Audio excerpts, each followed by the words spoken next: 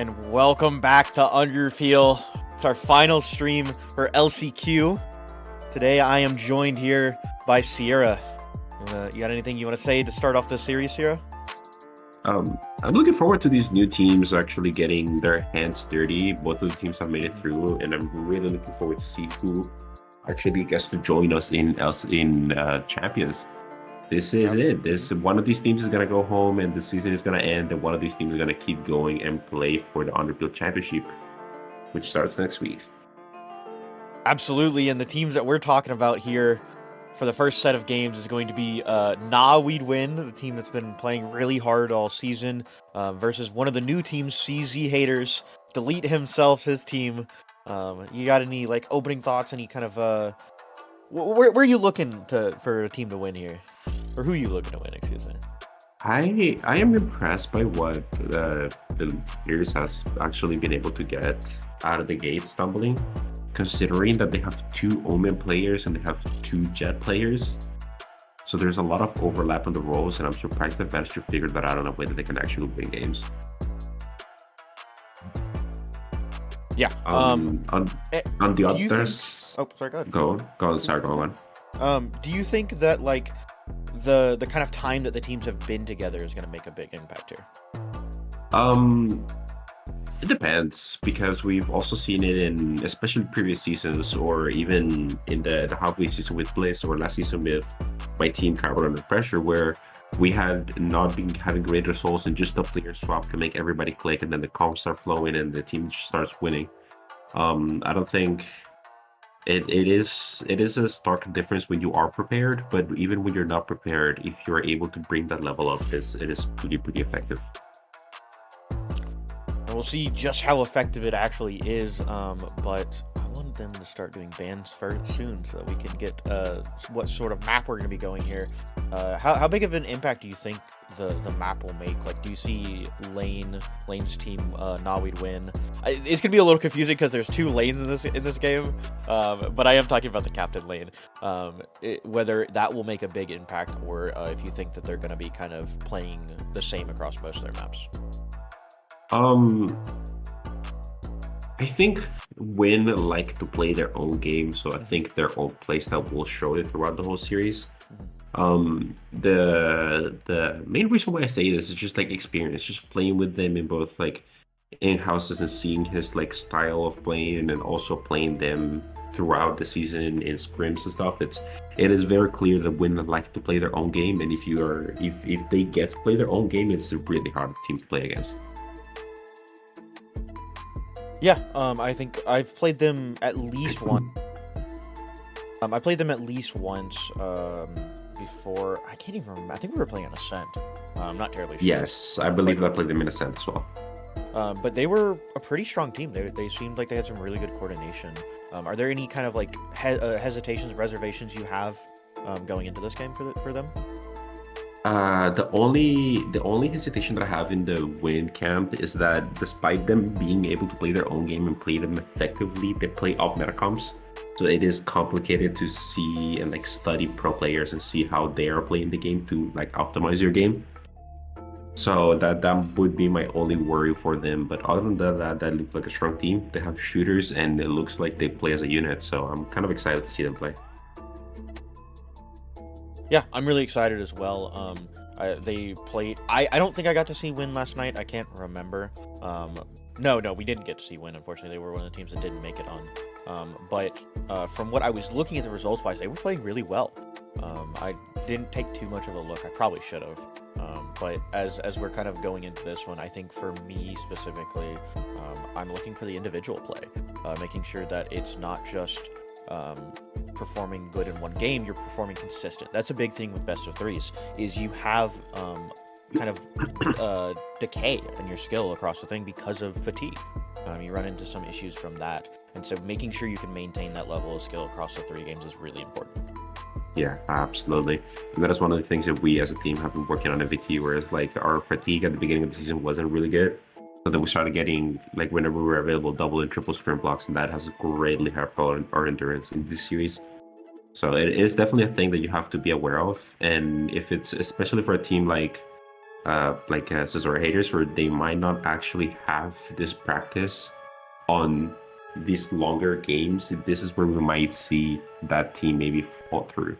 But I mean, it might also be the thing for Win as well. I don't believe they've actually played a best of 3 this far in the season. So it is going to be an interesting test of endurance if they make it to the third map. I would say Masters is the only events we've had that have been best of 3, if I'm not wrong. Yeah, I'm pretty sure Masters is the only one, and I don't think they've made it through top 8 for either one of them.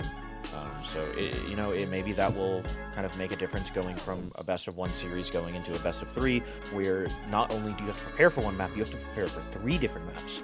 And so there's a lot of kind of adjustments you have to make in between the maps, and you have to take a second and go, okay, what have we done wrong in that last map going into the next one? Not only is it a different map, but how did they play it? Was there a lot of aggression coming out of it? What was it? And you don't have a whole lot of time to kind of make those adjustments. You only have, 10 minutes, 10, 15 minutes between maps to really prepare for it. So we'll see who prepared more. Yeah, for sure. But it'll be an interesting endurance battle, and it'll be also like a playstyle difference. Yeah. It looks to me like Now with Win is set up to be a very enabling team.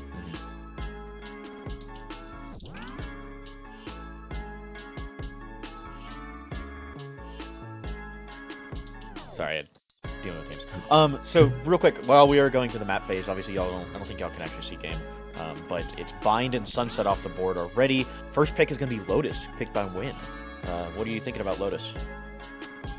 Knowing the players in this team, I think this is going to be either very good or very badly. It depends on the attack. They might do very well, but in their defense is going to depend on how well can they shut down the pressure from Lane and ZZ. This is probably where the problem is going to come, because I know that both Lane and CZ can overtake a game in a way that is very uncomfortable for anybody to play against. But they don't have 2 Jets in this game, so one of them is going to be playing off comfort, and one of them might not be getting the pressure that they usually do. Yeah, and I mean, I know I talked about fatigue being a big issue in best of 3s, but it's not the third game you should worry most about. It's the first game, in my opinion. Making sure you're getting a strong start. Not only is it like a big mental boost if you can win that first game, but you're less on edge for the second one. You don't have to win the second game. It's obviously preferred to win the second game, but you don't necessarily have to. And speaking of the second game, we're going to be playing Icebox. Any thoughts on my Icebox there? Interesting. I mean, Icebox is one of those maps that you can just start fighting and fighting and fighting on, and if you fight better than the enemy team, you might win. So I can see Delete picking that and trying to get lines set up with Lane, especially because you don't need 2 movement duelists. We can maybe see the ISO Jet come out here and have them play that double duelist that actually may be somewhat comfortable for them, knowing that Delete has been playing a lot of ISO. All right, and our final map being Haven. It seems like Win really likes these 3-site maps. Do you think they're going to be preferring the attack side or the defense side? Probably the attack side, but these guys are cowards. They want to play Abyss. But it is the same problem that we have been seeing in VCT, where probably you don't want to pick Abyss, but you also don't really want to ban it because you think the other team is going to ban it. So, yeah, I mean, Haven is a familiar map. The 3 lane maps, both being in the rotation here, and we're going to start in Lotus. It's going to be a good series. I'm really hoping we get to see a game 3, because I really, really, really want to see how these teams handle the Haven. Yeah, I think it'll be really interesting. I don't think we've actually had a Haven game happen. I don't believe any of the games last night were Haven. And it looks like okay, yeah, as kind of I suspected, a CZ is going to start off with Lotus side attack. So we're going to be seeing Win on defense there, taking to the second half. Honestly, I prefer that attack half for Lotus. So we'll see if... Oh, were they? Okay, I didn't know. My bad. Sorry. They're yelling at me in chat right now that they played 2 games on Haven. I'm just yapping. Okay, you know. Anyway, as we're gonna be looking at a defense-sided start for Icebox coming out from Win, I think that will be an important one because not only is it CZ's first map pick, but it's also gonna be coming off of the second game, making sure that you kind of plays a map that may not be comfortable for them. We'll see, because you obviously only get one ban before you start, so you don't really have a big choice in what maps you can actually play because they can only take 2 maps off the board.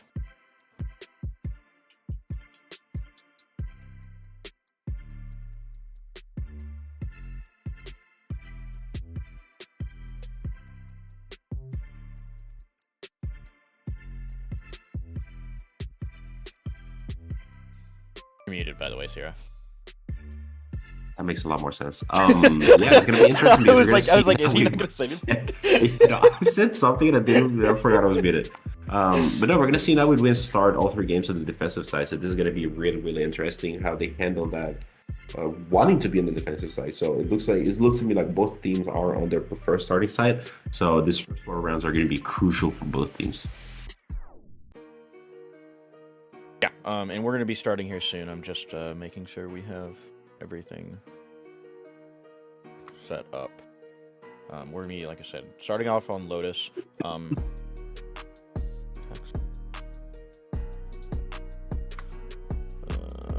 me put wait on that. Sorry, give me 1 second. Should be.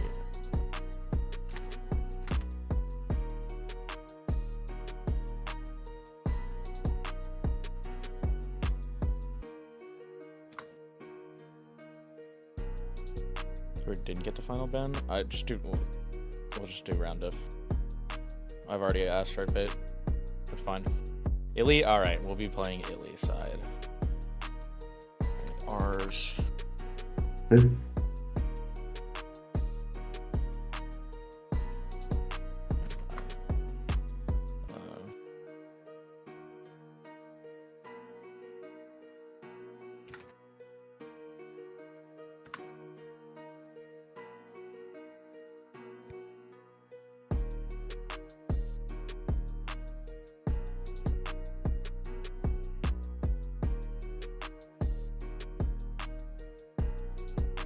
What?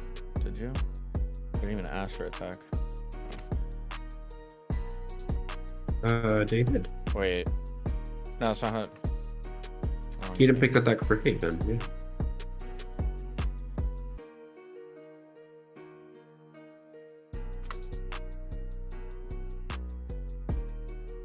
Sorry. I'm getting told different things. Okay. See, so they started on the same side. Okay, bet. Okay, whatever. All right, they started defense. All right. Anyway, go ahead and start with Lotus. Yeah, well. Good. Sorry, I got sick overnight. I'm coughing like crazy. But yeah, like this kind of reinforces the idea that they are playing on their preferred sides, and now we immediately get to see the adaptation coming from the Leeds team, where he's on the Phoenix. He's not playing the Jet. They're leaving the Jet to lane. They're leaving the lower elo player to comfort as the higher elo player can adapt better to the other role. Yeah, I mean, it's also going to be not only him being more comfortable on the role, but I'm interested to see if he's going to be running the op as well. It would be kind of a change, because I assume generally when you see a higher elo Jet, they're an op player. So I don't know if that's Delete, right? Is Ekin, I assume? Yes, that's Delete. Okay, I don't know if Delete's going to be playing weird and picking up the op on Phoenix. I doubt it, but who knows? From my recollection, I don't recall Lane being a huge op player. He does prefer the rifle to it, so we might see actually the Phoenix on the operator, which is going to be a little bit interesting because the reason why usually characters like Jet or the Viper are the best suited for the operator is because their abilities are passive and they don't need to get off the op lane to use their abilities. Like, for example, you can be holding a line and then put your wall up while you're scoped in, so you don't have that timing possibility, whereas that is something with Phoenix. Phoenix needs to back out of the angle and then flash the corner and then swing, which could be a problematic for him. I mean, we'll find out. We're not going to be seated just yet. It's going to be pistol round. Starting off, where do you kind of see the pressure coming out from both sides? Obviously, they've got the 3 over here. Do you think they're going to be trying to hard aggress A here, or are they going to back it up and give it up? Yeah, this looks like there's going to be some muddy Valorant played on the A side, fighting for the rubble control. And we see a 2-3 split for the attackers and a 4-1 split for the defenders. So this might get interesting. Yeah, I mean, this looks pretty common from what I've seen is having this setup where you have that Omen over Unbreakable.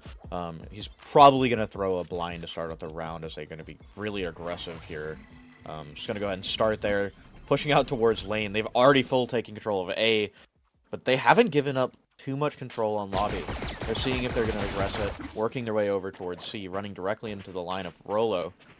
Lane already moving over, and you see them open Breakable, move over towards B, and take this space. They've given up most of A, and they don't spot lane. This could be huge if lane can find some space, but it's going to be up to the Rays here to keep their life on the line and make sure they don't give it up early. For sure, and now we get to see something also very dangerous, where it's like they used a lot of utility for not a lot of space in A, and they immediately gave it up. They don't leave anybody inserted. And then we see Rays the first big go down. The board just goes to fall, and they've lost all A pressure. They're going to have to hard fight it if they want to retake it, but it's given all the way up to CZ haters taking control of this, and they're going to be working their way to retake this site as they're trying to get the bomb down. But currently, numbers advantage in the way of the attackers holding it out. They got the 4 players on site, the 2 only pushing from heaven are going to have to take their individual fights, push back these players into tree, and clear out this KJ. Gut Truck's going to be the first one to find a fight, though. It's going to be Lane off the board. And it's just the defenders falling left, right, and center as Rolo's going to go as well. Splatter's going to pick up the first one for the defenders, taking Ekin off of the board. That's some flashes, but they've still got the Gecko flash to work with. And they're just wasting time right now. Another kill for Splatter, but Lane's going to shut it down. And they've all rotated over to what would be a better position for this bomb. And Gut Truck to finish off the round, as it was a very big round for the attackers. Yeah, really well played out, really well defaulted. Just doing the MVT special, waiting 40 seconds to spawn and getting their effectiveness out of the way. Yeah, they're looking good, and we see a 5 Bulldog buy come out from the attackers. That's an interesting one. You don't see that too often. Yeah, and with the 400 credits that Lane has, I would like to see him go light armor Vandal, but let's see how they make these rifles work on the bonus shot. Working over towards C. Flash is going to go out, it's going to spot the player on Mound, but the one way is going to cut them back. They're not going to find the space that they were looking to get off of that flash. They're going to insert. Yeah, that is going to be busy lost for the attackers. It's a lot of space for the defenders, especially on A side as well. Trying to take their space. Flash is going to go out. Gut Truck's going to take this corner fight. Ready for Rolo. Able to find them. Lane able to pick up one. Looks for a second, but Ekin's going to shut that down. That's delete. Able to pick up another one on the board. As the defenders are moving over towards C, do you think they're going to rotate? I think they should. Like those 2 picks really forces the defender's hand into moving back into the C side. We see the Rays leaving. This is going to be a fully free site for the attackers who have 4 Bulldogs.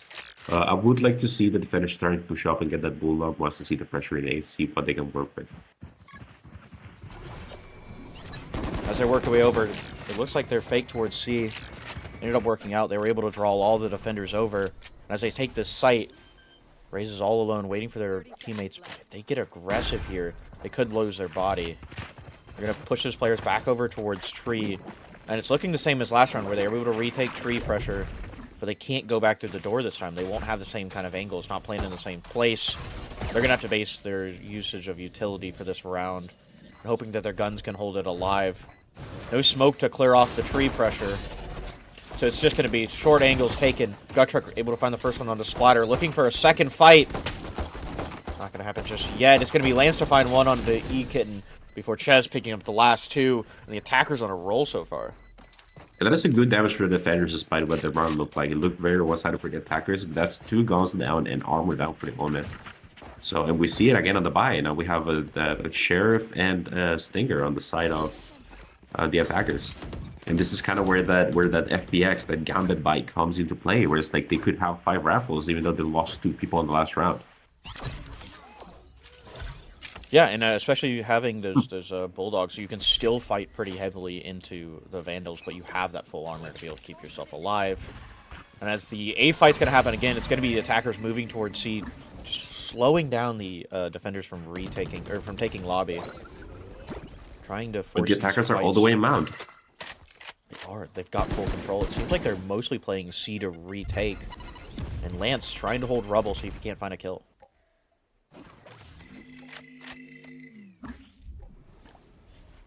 Lance looking for a kill.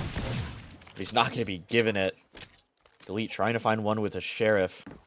You're trying to pull the rotations out of the way so that they can mount players can walk into side. But Collision Utility is not seeding. No, and he's going to heal up a little bit.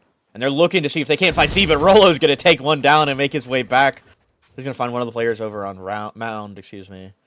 But as they all move over this way, they've got a lot of players on the A side. They're leaning A right now. And they don't realize the attackers are leaning towards C. KJ's got to get off of this site. Looking for one. Is going to go ahead and give it up. A little bit of damage done towards the attackers. But they've gotten control. And they've gotten this bomb down. And it's going to be up to the defenders to retake. One in the smoke. Gut Truck loses the smoke. They've got to get aggressive. But it's going to be a Hound to go out first. Gut Truck gets taken out by Just Ghost from CT, and they're retaking. Delete up on top, looking for one off of the box, but it's going to be Nudo to fall first. They don't know he's up there, but he's going to be able to grab one before Just Ghost shuts it out. They get the bomb down, but they end up losing the round with only 1 kill on the side of CZ8ers. And now we're starting to see the lack of discipline in certain uses of utility, where now we see a lot of utility being used towards A, and not enough utility used towards the retake. But the problem is that the attackers used more utility as they were getting the spike down and already had side control, to the point that the defenders had a little bit more utility than them. So we're seeing the utility wind down just to like dry gunfights at the end of these retakes. And it's becoming really interesting because the utility is not having that bigger of an impact as it would in other like games where the utilities slowly wound down and try to use rechargeables instead. But a fast take from the attackers here. Almost loses the life of Omen. But Splatter's going to be able to pick up 2. Delete looking for more, but Splatter to pick up a 4K.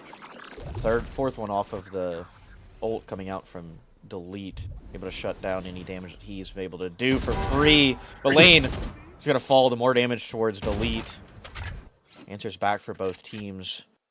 But they're split right now. The attackers have themselves together. They can fight off each other. They're so aware. They're expecting. They're so ready for it, but it doesn't matter. They get it.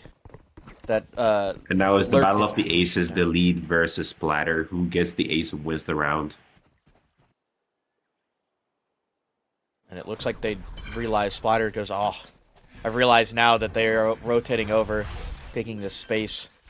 How do you think Splatter's going to be winning this round? Or what do they need to isolate the duels, but they're playing really, really well. Yeah. It really is not Splatter's round to win, but Delete and Cheese rounds to lose. So, and you see it like where they're playing way, way back, just giving him the space, seeing, looking, hunting for him. And yeah, Bandit's not gonna spot anything. He still has a clear CT. Time's ticking down. They're both players doubled up towards Mount. Blind's gonna go out. Should be the pick. Full blind and an ace coming out from the side of Delete.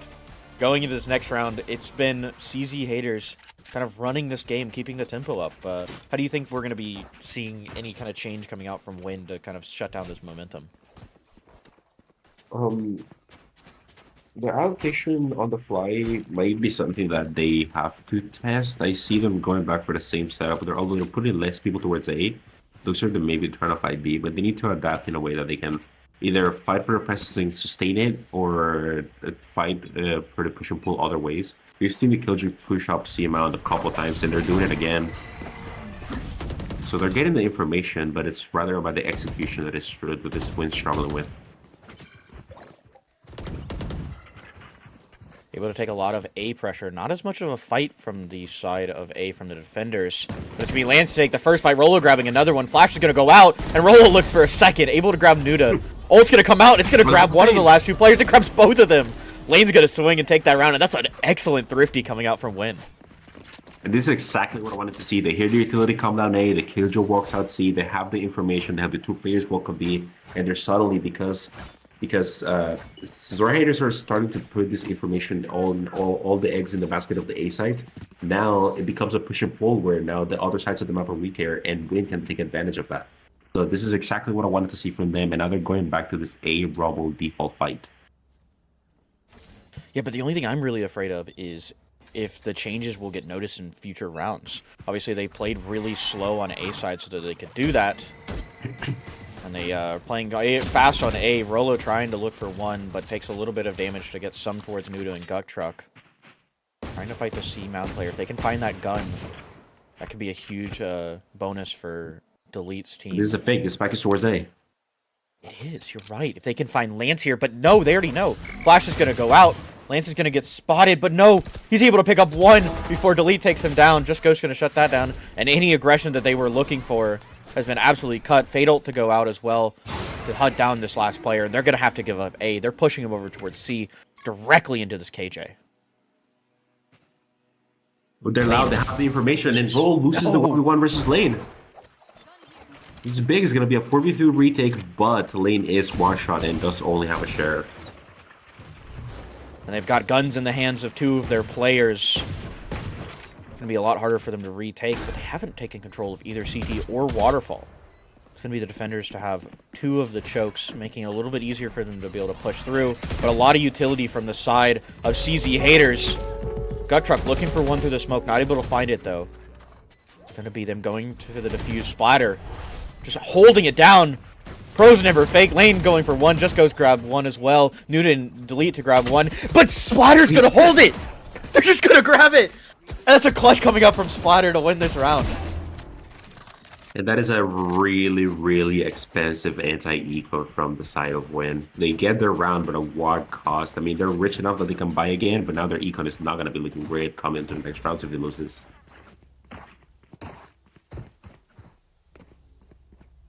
But then again, we see a full buy from both sides. Begun has only light shields, but that is a really, really good amount of damage, even getting the spike down. They could have won that round, but still, you gotta remember it was a save, so that's really, really well done from the Leeds team. Looking to see what they can grab. But a fast C hit coming out from the attack here. Trying to pick up this round. Attacker KJ is going to go out. The mollies are going to prevent them from getting on. A defender KJ to answer back for it. They're going to have to hard fight for that if they want C control. But it looks like they're just going to go for a plant. Throwing it down, trying to get their way through. Trying to hold it down. And one of their players is going to get caught in the KJ, but the rest of them are going to move forward. Spike going down, and they've got it down. They've got full mound control. Two players trying to answer through the door, looking to see if they can't shut off this mound pressure because they know they love to hold it. There's a third to join them, and they're just getting ready for it. They're going to clear out the rest of it. I going out.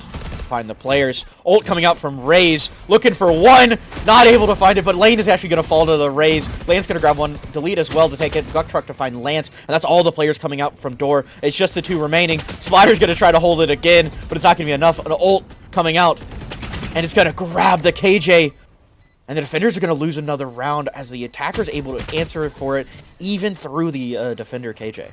Ult.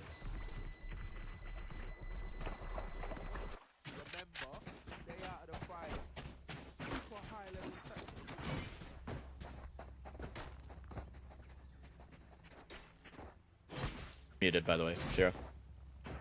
The value of Little gotta Bro stop being immune to certain status effects, we see it again come up in this round. And it's also a really, really expensive round for the defenders because they have to use two ultimates. Unfortunately, the miscommunication of opening the door timing doesn't let Raze actually take advantage of the surprise element. Another flash coming out. They're pushing hard. C again. It looks like they expect that it would be just a little bit easier. And it's just going to be Delete walking through. He's going to die, but he's going to be able to find the player on site. And that's the KG off of the board. They no longer have a utility to slow anything down. And so it's going to have to be up to the rest of the players. Omen on the flank, looking to see if he can't find one. But he's going to have to... they're going to have to see what they can find. Walking towards Waterfall. Ult coming out from Gecko. Clearing out site, but they don't realize that they're all out on Mound. Retaking this site, and it's just been what they've been doing every single time. They get the bomb down, they go back to Mound, and they hard fight from it. It's been working so far. Win hasn't able to find an answer as a flash is going to go out. It's going to deny the plant from, or the defuse from happening. And right now, they're just trying to slow them down. Ult coming out from Gecko, looking for one. It's going to find him, but he's going to die before Lane, keeping his teammate alive. And he's going for the defuse. He's going to get the ninja. This is the second defuse coming out from them that they've been able to find through a smoke. And looking at how they're playing these rounds makes me really interested on why they banned Sunset. This is like Sunset B-side, perfect post blend. Everybody back out, play for main, and I don't know why they would ban that option from themselves. But it also looks like Ascent post blend, so Icebox post blend. So I'm looking forward to maybe seeing how they get to play this in the further of the game. But I mean, Delete's been a huge part of this game so far. I mean, 17 and 6. He's going crazy. Utility coming out, and they're going to be hard fighting A, trying to answer back for. They're going to push all those defenders off, but there's 3 on A side. Looking to see if they can't slow them down. Smoke's going to come out to try to slow down the push through the door. And as they're trying to spray through it, throwing answer to or utility to answer for the space that has been taken. Giving up a lot of A space, and it looks like they're going to be trying to rotate directly to Rolo, who's going to get spotted from spawn turret. They know that they have this player lurking up, and they're trapped right now. They're getting pinched by both of these teams. They're getting pushed back to their spawn, and they're trying to look for an answer. Smoke is going to fake the presence towards A for the attackers, so now this whole spawn area becomes a question mark until it gets cleared by the Fade Eye. They know they're not here. The first pick comes out of the way, and we see Lane making a last stand against one. Is able to get another one? No. Smoke's going out. They're going to take C again. It's been the absolute demise for both of these teams. They've been losing because they've been holding Mound pressure, and when they've been winning, it's because of their Delete, honestly, because of how he's been shooting. He's been able to hold it alive for his team. But now they're going to be holding hard on to C. They've kind of made that adaptation to see if it's enough for them to be able to find it. Delete's going to get spotted through his wall. And they're just waiting. They're wasting a lot of time. Fade Eye's going to go out.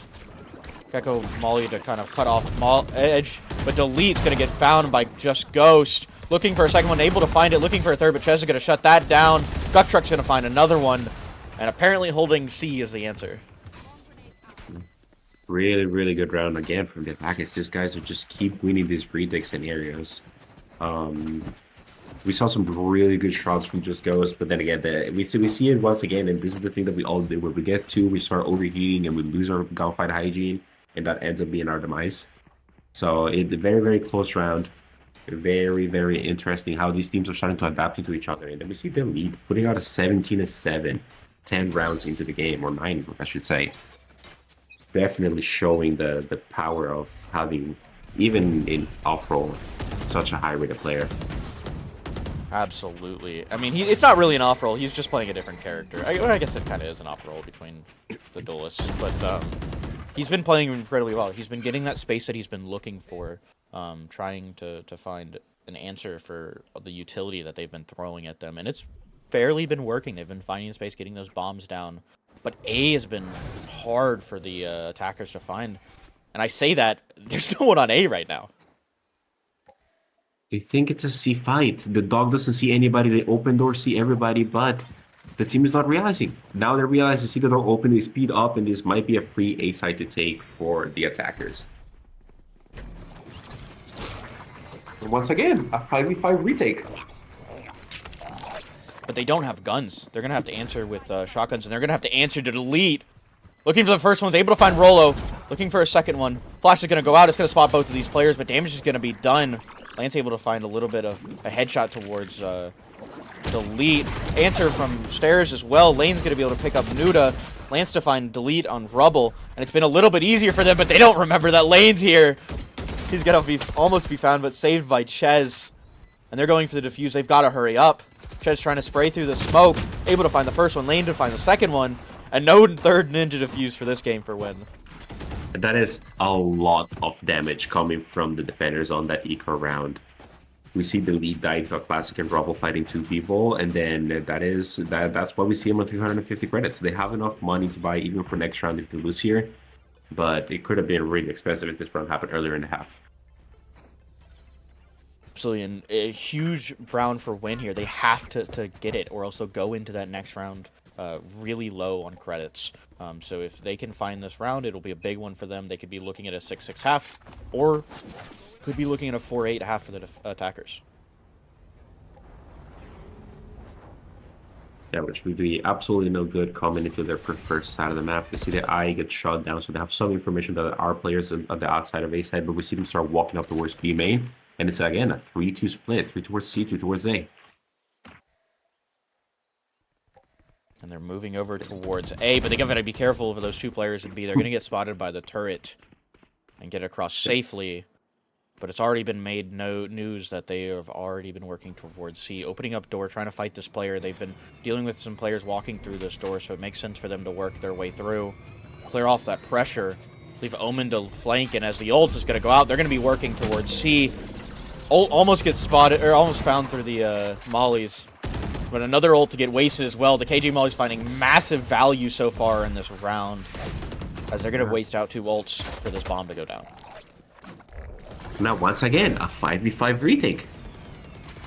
This time with guns, though, so let's see how this one plays out. Utility coming out from the side of the defenders, trying to retake it. Running into KJ's utility. A smoke's going to go out. They're going to be going for another ninja defuse. Classic win strategy. Flash is going to disrupt Just Ghost, but it's going to get halved. Gecko going for another ninja, and it's going to happen! 3 ninjas and a 1 half coming out from win. Oh no, guys. 4K. They can't keep getting away with it. Surely, right? I mean, but then again, we see that economic impact that we were talking about earlier. Even despite them losing the round, they still have full shield, full utility, and full rifles on the side of the attackers. Whereas the defenders, we see 3 light shield bulldogs come out. And it stops the bleeding a little bit, but a 5-7 half is still not great for Lotus. So let's see how they end up this half as they scrap for the A side. Massive A pressure coming out here. They haven't done a full 5-man A just yet, but they're going for it. They'll be taking tree pressure fast, trying to kill these attackers and catch the defenders and catch them off guard. But Just Ghost getting aggressive. Trying to go through, trying to find one through the smoke. Spotter looking for one as well, but nothing's gonna get answered. You gotta be careful of Breakable here. Delete's trying to hold it on for himself. And one's going to fall back. Lane looking for both in backside, and he's going to find it. Cleared off the entirety of backside. Flash is going to come out. They're going to try to swing for it. Delete's going to find Lance, trying to push Rubble. And the last 2 players alive left for win.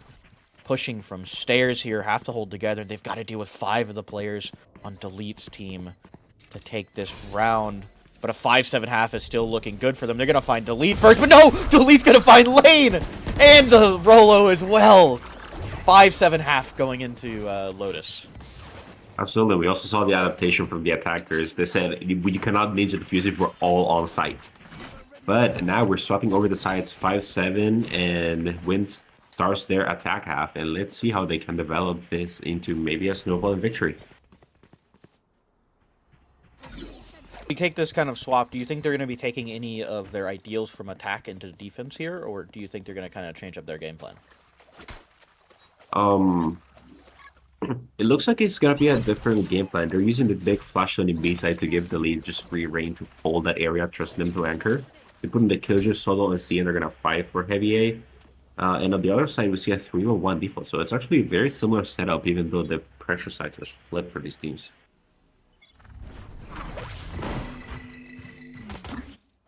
Delete looking for an early one, gets spotted by the turret. Rolo there to try to answer for it, but Delete's going to give up a lot of the space, try to find a better spot. He's going to get headshot. Heal back a little bit of his health, but it's already been kind of done. They've already press back one of their players. They're gonna have to waste a smoke to answer for And that more headshot. importantly, that is gonna be the molly away from the Nion plant Yes. for this team. When we screened them, actually, the molly was a very, very big part of their defense and trying to stop choke points and stop rushes. So let's see how they handle this in the pistol round, where they don't have a lot of other utility to force and stop and slow down rushes. And they've kind of given up a lot of pressure on A side, deciding to go back to breakable. And as they leave C here, it's going to be attackers to rotate over towards C. No call made just yet for them to not be taking A side. Smoke's going to come out, and they've already fully left sight. They don't have anything to slow them down other than just one KJ molly. But if they're looking for a kill here, this is a big important one. They've got to keep themselves alive as well. Looking for just one. Gonna fall back, give up that sight. And we're going to be looking at a similar take to Wynn's hold, or CZ Hater's hold. Yeah, but sending roll on the flank, and then it's once again a 5v5 retake. Duck Truck finding one before falling to Splatter. Going through the look smoke. at the attacker waterfall. Delete picks up 2. And it's looking similar. Delete on the diffuser. It's going to get found by Lane. And the first pistol round going towards CZ Haters.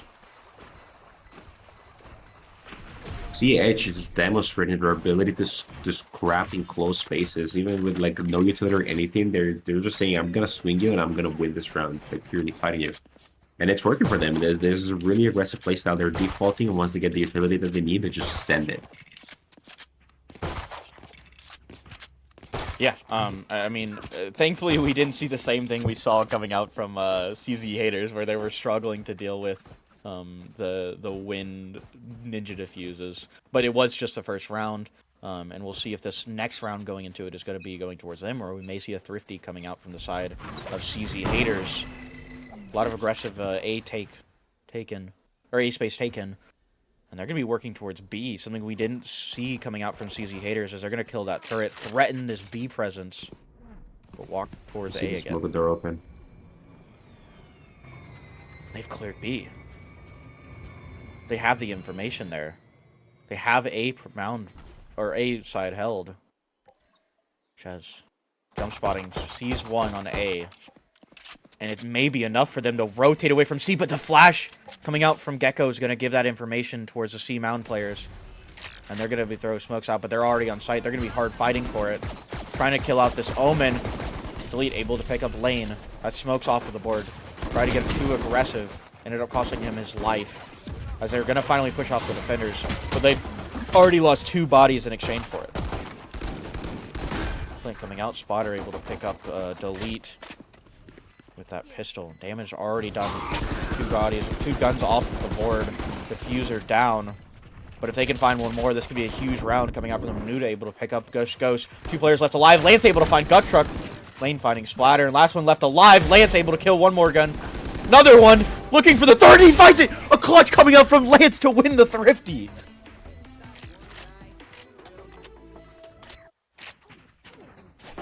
Oh, what a round! We see them fight and fight again for all the space, and that is a huge round for Wayne. That's all 4 of the Bulldogs that the Beast team invested out.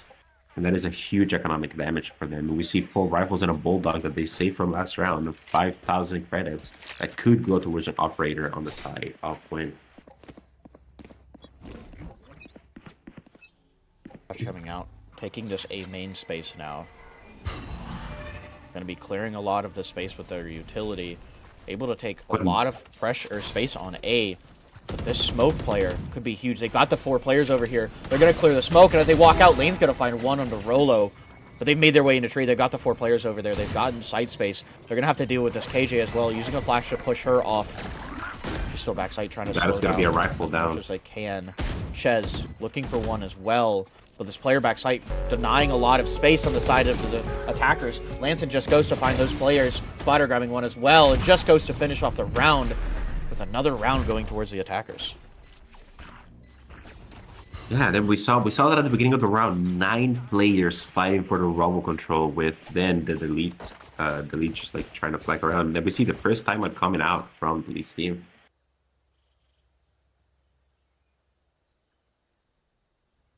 All right, you are CZ haters coach here. What are you talking Okay. about? What do It you is. got for them? It's rough because after an eco round where you lose the second round, it is too early to call a timeout for me. You're still winning the game. Mm-hmm. You still have both of your timeouts. I would actually not call a timeout here unless Okay. they're preparing for some sort of like surprise play, which I don't see them doing on a full buy versus full buy round. Mm-hmm. This could be just an adaptation for their defense, but what is there to adapt? You stacked four on a weak side on an eco, and then you won your pistol. So it's a little bit on the Mm-hmm. rougher side on what to do here. I don't know what I would be coming here as a coach. It seems like an odd moment to timeout, unless it's just a mental timeout to be like, hey guys, let's chill, let's play our game, let's win. Absolutely, and one thing I do want to point out as well, because we're looking at the scoreboard now, having 40 kills across two players shows the kind of like level that this team is bringing. I mean, you have two high elo players and some low elo players, so it's up to those low elo players to support the rest of their team. Do you feel like they've been doing that properly? I feel like, yeah, they've been doing that really, really well. Their utility usage has been pretty well. That was one of my worries, one of the Omen players moving away from the Omen, but Godchard has shown amazing gameplay on the Killjoy and very, very good setups. And as they take aim pressure, have that space over there, looks like they're a little antsy. They don't want to take this without some sort of fight, some sort of player advantage from them. Information is going to be coming from Omen to see at least one of these players on A side. And as they open up door, using utility to get through the space, they're going to slow it down with the smoke. They've got the two players already over there. Boombot's going to come out, find that space. And it seems like they're still unsure of this play. They've wasted a lot of utility to find it, but they still got that bomb back over towards Rubble. They've got to take a second and figure out what they're going to do, or they're just going to run down the time.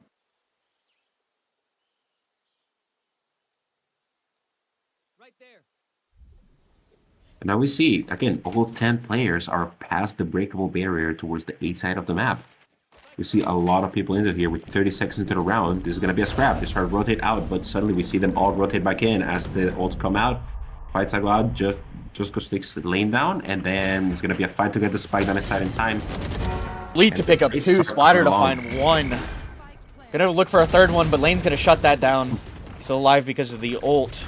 Has already dealt a lot of damage. Delete looking for another one, trying to find these players sitting inside of tree.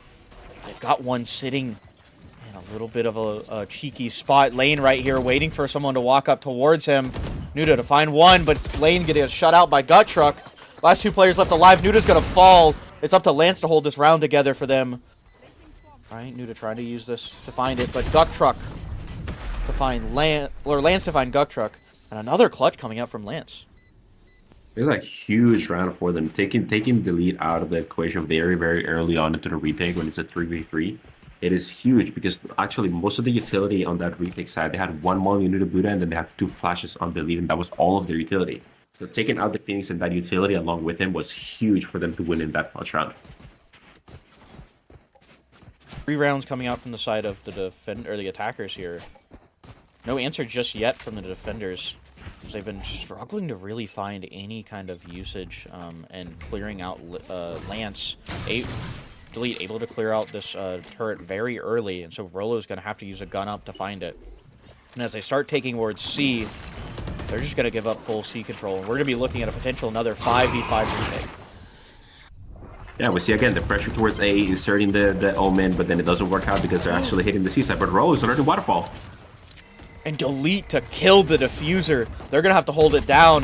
Lane gonna look for one, but it's going to be Gut Truck to find Rolo. And that's a gun on the side of the defenders. Able to pick that gun up because he got a little too aggressive by himself. Bomb going back down again in a worse spot for them. They can't play out of Mound, but they're retreating to Mound right now. They're playing out And of then Cheesy's on the flank. Oh, Ches. Looking for Lane. He's going to find a headshot, but the damage has already been done. Blind's going to be coming out soon. He's going to find all 3 of those players. They're going to have to slow down because of that, and they're just wasting time right now. The attacker's trying to hold this round out. Lane tries to dash towards the bomb, but the bomb isn't there anymore. Lance to shut him down. The last 2 players trying to push towards stairs, but it's going to be Splatter to be calm, cool, and collected as he collect those last 2 kills. Really, really well played for now. We saw a double flank going on. Rolo getting all the way down to Waterfall. But then Chaz getting all the way down to Mount.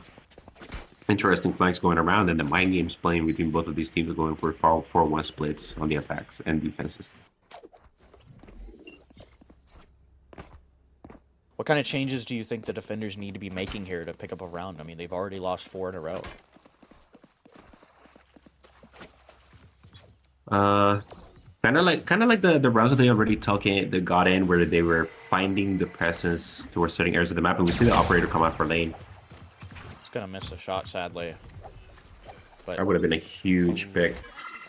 ult coming out from Gecko, be clearing out C, and once again, they're gonna have to take that out. One's gonna get found. He's gonna catch him, but lane should be holding the line with the operator.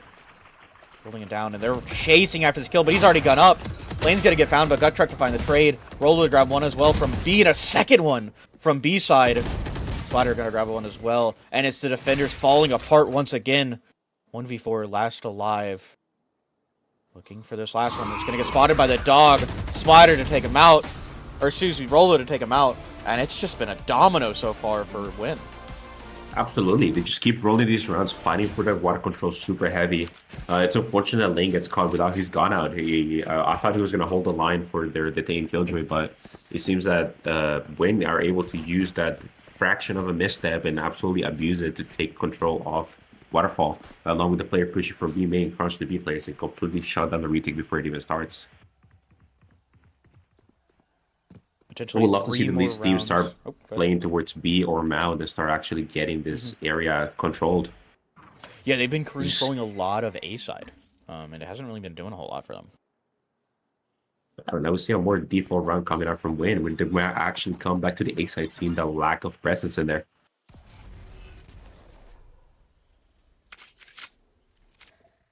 Looking to see what they can find. The rubble. But it's going to be Delete getting close. Looking for a gun. He's going to spot one guy with a second one. There's a third player here. They get blinded, though. And Delete's going to be able to find 3 on B. Or C, A, excuse me. 1 found on C from Lane. Damage has already been done. They're already separated. He needs to find one more if he wants to grab this bomb through the ult. But as they rotate over towards there, you also have the KJ ult. They could get it down. They could try to use it to grab the bomb. They're going slow. There's a tree stack in the back of Robo. This is going to be incredibly difficult for the side of Win. Absolutely. It's hard to find that solo fight and get out alive. And they realize, hey, we have to prevent this Omen from getting any sort of kill because he could get his ult and grab that bomb. But Rolo's also really low health. Just got to be careful taking the solo fight. There's 25 seconds left at this point. I'd be calling for a save. Looks like they're trying to look for whatever last kills they can get, and Rolo to pick up a kill on the Delete. Looking for these last couple of fights. One's going to be found. It's last alive Lane. Trying to find it. Gets spotted, but Lane is going to be able to take out Lane. Incredibly close and really, really amazing done by this Borgox, actually getting all 5 kills in the round for the side of CH. And now this is going to be a very important round. There is 4 ultimates online on each side of the game, and there is 5 rifles and full shields for everybody. This is a full versus 4 round, and this might dictate how the economy top is going into the next round, and possibly even match point for Win. We'll find out. That is the first answer, though, for defenders. They do have that kind of moral diff, not moral. Whatever. They have the chance to kind of pick up some more rounds as they're looking for some. It's gonna be Raze to come out, but Lane with a beautiful shot onto Just Ghost, able to shut him off of the board, and that's an ult gone as well for just 1 bullet. KJ trying to clear off these defenders, using their KJ ult to force them to off of the site. But we're gonna see an attacker ult coming back out. Ult's going to come out to answer for an ult. It's only Rolo. But they're going to be fighting for that ult. They're going to shut down the lockdown. And it's going to be defenders picking up another round. Okay, I have good and bad news for the side of Win. The good news is that they still have money to buy. The bad news is that it's Raze ult and Killjoy ult out. We still don't see the operator come back again out for Lane. But again, Lane and Delete have combined 50 kills already on 20 rounds. Yeah, they do. And a timeout coming out from the side of Win. They were doing really well grabbing those first 4 or 5 rounds, but it seems like some kind of adaptation came out from the side of CZ haters. What are you thinking they're talking about right now? Right now that the C side is not working and they're starting to put pressure towards the C side again instead of fully dumping all their utility into the A side, the defenders are. It's good that it would be good for Lance or I believe Lance is the IGL for them to be actually calling for them to either default a little bit more, find out where they are and hit the weak side, or try and slam a side or like B side or even A side now that they're not hearing the utility being dumped immediately. I've used the fact that the Leeds team is a little preoccupied fighting for Mao, and we see the pink come out on the map, them calling for the B side push. But yeah, it's also a good moment to kill the enemy's momentum now that they get 2 rounds, prevent them from snowballing. This is also a very good tactical timeout, and we see the defenders pings also come along the B side. This might be a B side scrap as both teams ping towards the B side. We have a tech pause. Okay, they got it off in time. I don't know why Borders went. Oh, they did. Yeah, no they idea. didn't. They didn't go down.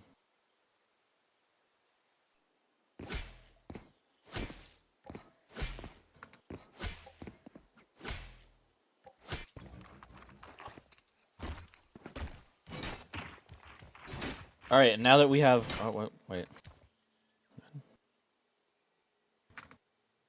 Oh. Okay. Okay. I think we're good. Sorry. Okay, we are.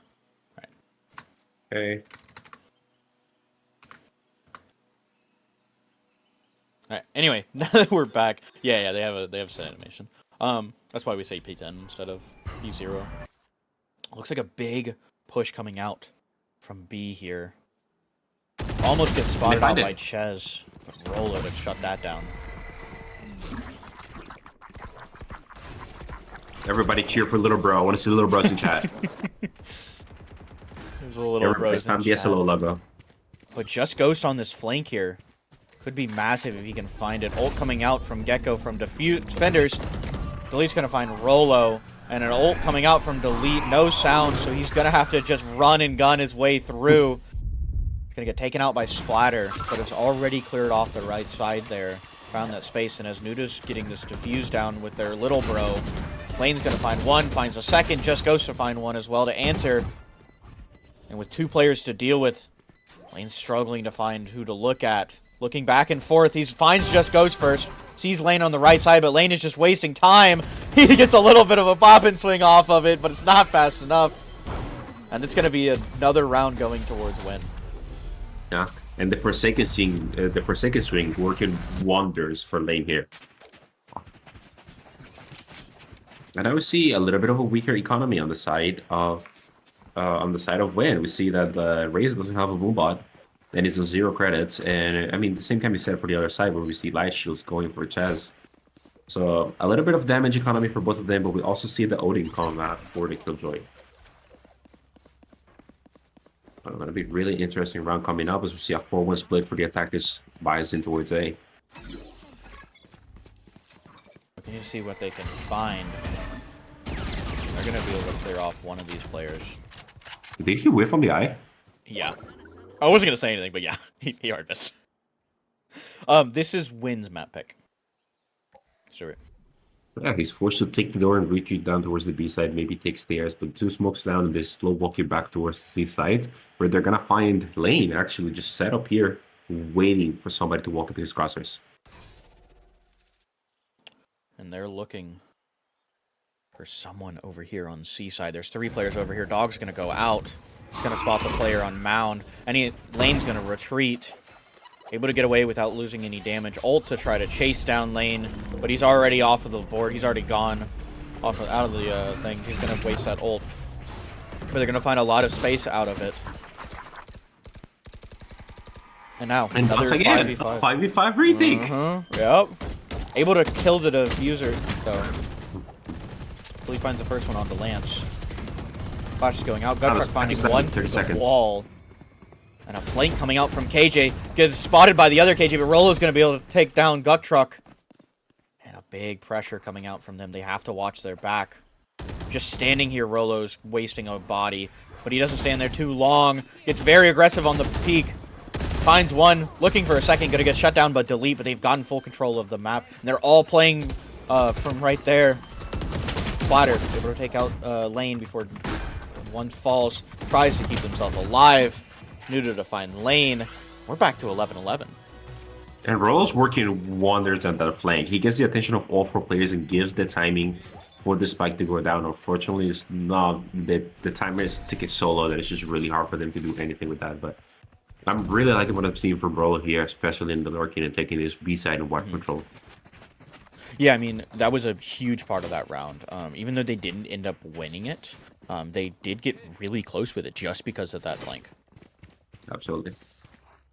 And this is kind of where we're seeing that also, like when you hold tab, the difference in ideologies. We see a weak economy coming in from Lin, but also we see 58 kills for the top 2 players on the side of CH, and with like 18 assists on the bottom 2. So we'll see the support players coming in big to help the big players get their kills. Yeah, and I mean, it's Delete trying again to beat their kill record. We have to remember Delete was the one to hold on to the kill record for majority of the season before Olin finally beat it. Had 47 kills, and they're already at 37. Potential for overtime. This could be them trying to beat their record again as they take A side. A lot of utility coming out. They're wasting a lot just to be able to find this space. They're gonna have to be careful with players lurking around these smokes. Delete trying to find some space, but Chez is gonna find the flanker, trying to get behind them, but they're gonna be shut down. Demand advantage going towards the defenders here. It's gonna be a little easier for them to take the site. Flash is gonna go out. Another blind to answer for it. Lane looks for 2, but is only able to find 1. The other Lane able to pick up the second one. The last player alive, he's shut down by Nuda. And it's going to be CZ haters to lock themselves into overtime. Yeah, and a really, really good communication coming in from the lead. It's like, hey, everybody, wait, I have a flash. Let's get out of the smoke and pop together. And he's getting 2 picks out of that blind. Really, really good retake from the side of CH.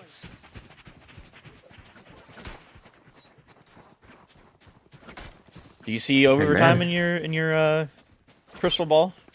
It is. I see it a little rough. They're in a really bad economy. They have to do something incredible, which is not the first time they've done it this map, but they keep getting the spike down and losing the retake, so they might have to take deeper space here. But then again, it's not all that bad. We have 2 Guardians, 2 Bulldogs, and a Stinger, where they might make it work. But they're fighting towards C, where they're going to find Lane and Chez ready for them.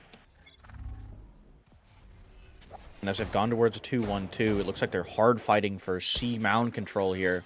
Lane going to go ahead and give it up, though. Trying to slow down these players. See if they can prevent them from finding anything.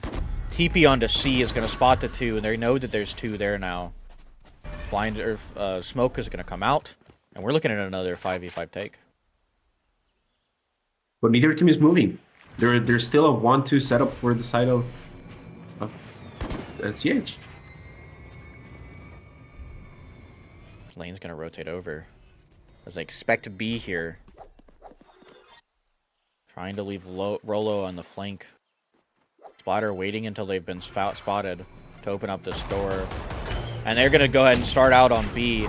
Just Ghost is going to find one onto Chez through his utility. Looking for a second one, but Lane's going to get off of the site. And there goes your 5v5 retake that you were looking for. Lane's getting this bomb down, and Rolo trying to find one on the flank. Gut Truck ready for it, though, but not ready enough. Rolo's able to find the flanker, or find the flank kill. Looking for a second one. Splatter in this corner could take out Lane, but they're going to find Delete, looking for Lane. Takes the ult out. But Lane misses all of them. Able to find him with the rifle, but Rolo grabbing another one on the flank. Still massive pressure on there. Going to go ahead and leave. Retake from that side to try to slow down these defenders from retaking this site. Lane in the corner gets taken out by Delete. Lance looking to get taken out as well, but they're going to have to back up. They've got to deal with this KJ. Wasting a lot of time. Wall's going to go up to try to get a Ninja Diffuse down. We both know that's Wynn's specialty. Is this going to be the way that they win the game? It is! Not like this. Not like a Ninja Diffuse to end the first map. 4v2 retake. Wow, they made that low buy work wonders, but unfortunately it's not enough to bring the map into overtime. It's going to be an 11-13, very, very close game going for the side of CH as we go into map 2 Icebox. And look at that, 42 kills for the lead and a total combined of 65 kills for the top 2 players on the side of CH. You know, it is insane that the top 2 players got almost as many kills. No, wait. Actually, they got more kills than the next 4. Yeah. That is insane. That is, yeah, there's 64 kills coming for the bottom players, and there's 65 kills coming from the top 2. That you is. You know what the big part is? That's not even the best ACS ever. It's not actually. It's I believe it's 570. Yeah, I believe it's 570. So it's something insane like that.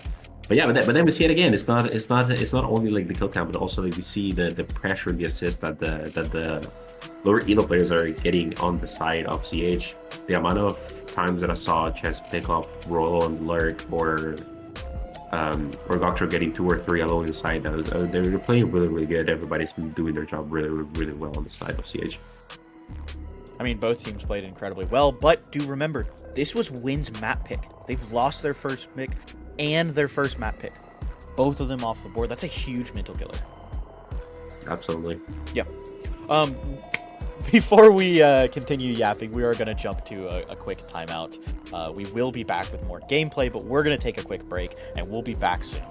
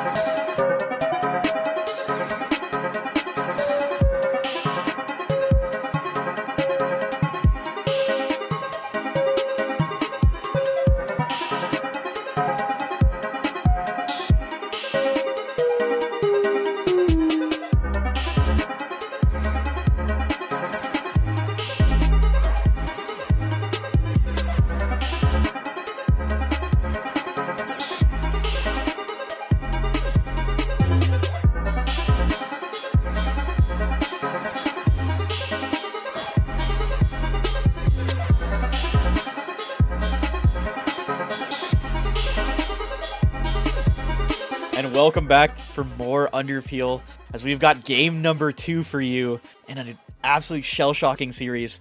What are your thoughts so far coming out of map number 1? I'm really impressed with the way that they're actually playing the game. Like I saw some very good stuff from both teams. Maybe some slow adaptations from the side of Woodwind, but also some slow adaptations from the side of CH. Like we saw a little bit of everything on that map. We saw a lot of 5v5 retakes, which is, believe it or not, Icebox cup of tea. So we might see a lot more of the same thing. But yeah, it's gonna be an exciting second game, a very, very close first one, and I'm looking forward to see how these teams adapt coming into the second part of this best of 3 series. And as we come into Icebox, obviously Win ended up losing their first map. Any kind of thoughts going into Icebox? Do you expect this to be a Cesura haters game, or do you think Win could maybe bring it back? See, the thing that I'm the most worried about is that I don't see any Viper players at all between these two teams. So I'm curious towards who's gonna pick that up on each side and how is that gonna affect.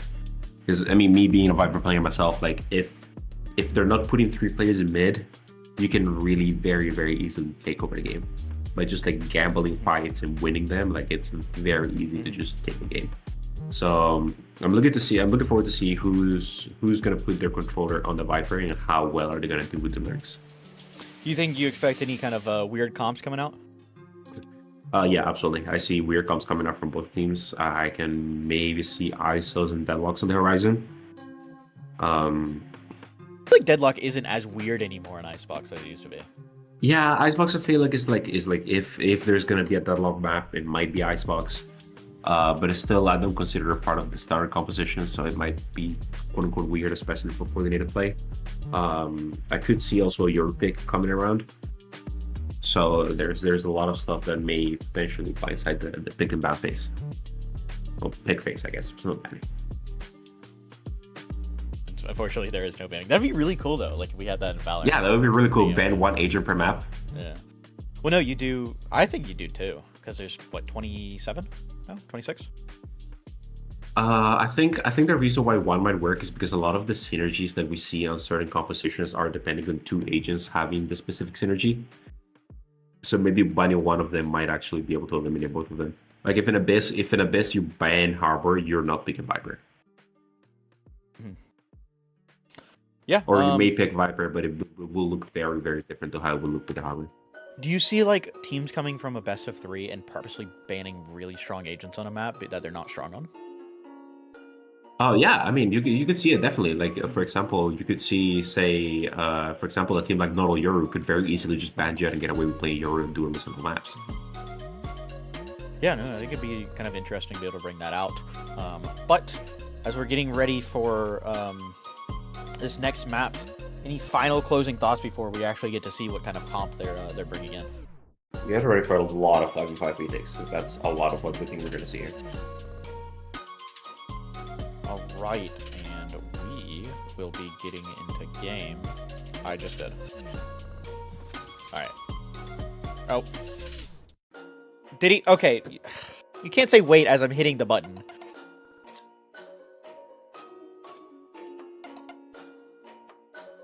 Yep, and we see the Vipers coming all around.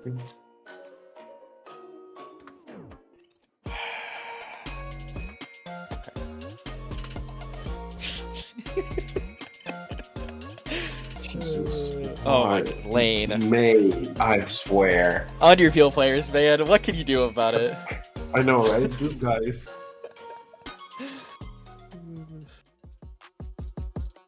Anyway, what are your thoughts on these comps? Interesting bringing out the Clove. Double controller on one side, I find that very interesting. No recon on the other side, I find that very interesting. As much as I understand the reason for double controlling, really this is not a double controller map. I don't see a reason why you'd ever pick a double controller, because the sidelines can be broken very, very easily with double swings, or with like A side you can just like double swing everything and win, or like use initiator utility to clear out angles. And then in the B side you just have the Viper Ball as the default, and then that's good enough for like side takes. Like at all, like it blocks most of the sidelines you'd have to worry about. So I don't really I've found this before, both in ranked and in scrims, but I don't understand what is the point of double controller composition. But I don't know. I'm curious to see how they play it out. One thing I am kind of curious about is Lane playing Reyna and not Jet. That's gonna be an interesting one. Maybe they want to put Delete on the strong character. Yeah, I mean, I did legitimately think that the lead would be on the ISO actually, and have maybe Lane even at the rain as well. Like, this is one of those maps that you can actually get away without having a mobility duelist. So I could see that being the case, but seems now that both teams are playing the Jet. But I'm interested because now that becomes a weakness where you don't have a Sova and don't have the early utility that is so crucial in this map. And as we getting into this first little round here, see who's able to pick up the pistol round of this first game, or the second game, excuse me. Looking for it. Getting aggressive. That's on just the so A side. dark. Spot the player on headshot. Not able to find them though. Able to keep their life. And with the wall going up, they're gonna force an early fight towards these attackers who've all lurked towards oil pit right here, ready to take this fight. Lane gonna be the first one to take the fight with him. But it's actually going to be Delete finding Just Ghost off the board. Lane to find Lane. Lane to take out Lane. Lane down. How many times can I say Lane in one round? As the Nudaboot is going to be putting that bomb down. And it's going to be a 4v4 retake. First spots that this might be a lurk time for Goktrok. Yep. The first spots it back. That's going to be denied. Not quite 5v5, but it is a 4v4. And the first one for the 4v4 is going to be Delete taking out Splatter. That's Smokes not off the board. Rolo and Lance to find one as well to answer back for that kill. Trying to find this defuse, but they've gotten off of it. Lance takes out Goktrok on the flank and using the smoke to see if they can't hold down the defuse, but it's going to be Lane to secure it and win, picking up the first round. Man, and this sheriff tags are so dangerous. You can just bag and tag anybody that you want, especially when you have two of them. And now we're gonna see, interesting, they're gonna bonus only one of the sheriffs instead of both of them. I'm actually surprised to see Just Ghost, who has a sheriff in his pocket, pick up the marshal. And then we see 3 sheriffs forced for the side of CH. Is it working, It's like gonna be an odd law force. Okay. Just hit tab? Am I hitting tab? Okay. That's all I needed. No, sorry. Anyways, they start taking towards the A control. Push off Just Ghost without anything except for a single flash utility. Able to use that utility well to prevent any early deaths on the side of the attackers. Viper Molly coming out to slow them down. But this Outlaw could be very hindrance for them. If they can find one. It'll be an easy one. Just Goes to find it. Lane to pick up Goktrok. And another body coming out from Lane to take out Lane. And Lance to pick up Delete. Bomb. Left on A. With Viper on the flank. Trying to find some kills. But so far it's been a hard round for these defenders. For these attackers. Chess is going to get spotted by the Viper, or the KJ utility. And they're just wasting the time now. Trying to see if they can't find a single fight. But so far, that fight's going to be coming from Rolo, who's going to shut them down, and a flawless coming out from their gun round. Yeah, absolutely. The Marshall getting a lot of work done, but then again, a missed opportunity. We see and I find it really interesting that people are not really grabbing onto this FPX buy, and I believe Team Heretics do it as well, whereas insanely strong in the third round and the bonus to convert it. But we might actually see this outlet get some value as we see 2 light shields coming out on the side of CH.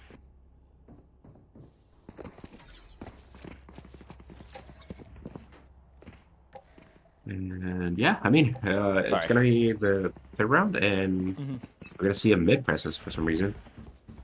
They're getting aggressive on mid. Walk up coming from Goktrok, I think this is. But it's gonna get spotted from spawn. Able to pick up one Rolo to grab a lane and taken out by Delete. And that's a lot of damage going into Delete. Down to 41 HP and is in a very hard position to actually get any help. No! Some noise coming out from the B players. They're gonna get spotted and a lurk up from Lance, able to pick up 2 players. Last one left alive, trying to get this bomb down. Lane's gonna swing and find them, and defenders picking up the third round. absolutely stomping their way through Icebox so far. Gun here.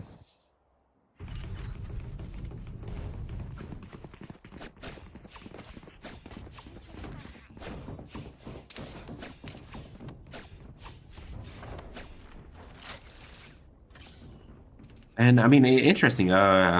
We see again this 3-1 split, and we saw again the power of the Lurks going through mid. We see this Outlaw. This might actually get a lot of value here, considering there's not a single player on the CH side that has full armor. And we see also 4 rifles. This is a really good save for the Up. Even if they lose round, they will have up and 4 rifles next round. It's looking very, very good for win on this half. They've been playing really well. They've been denying a lot of early kills the way of Zora haters, making sure that they can get these answers that they've been looking for.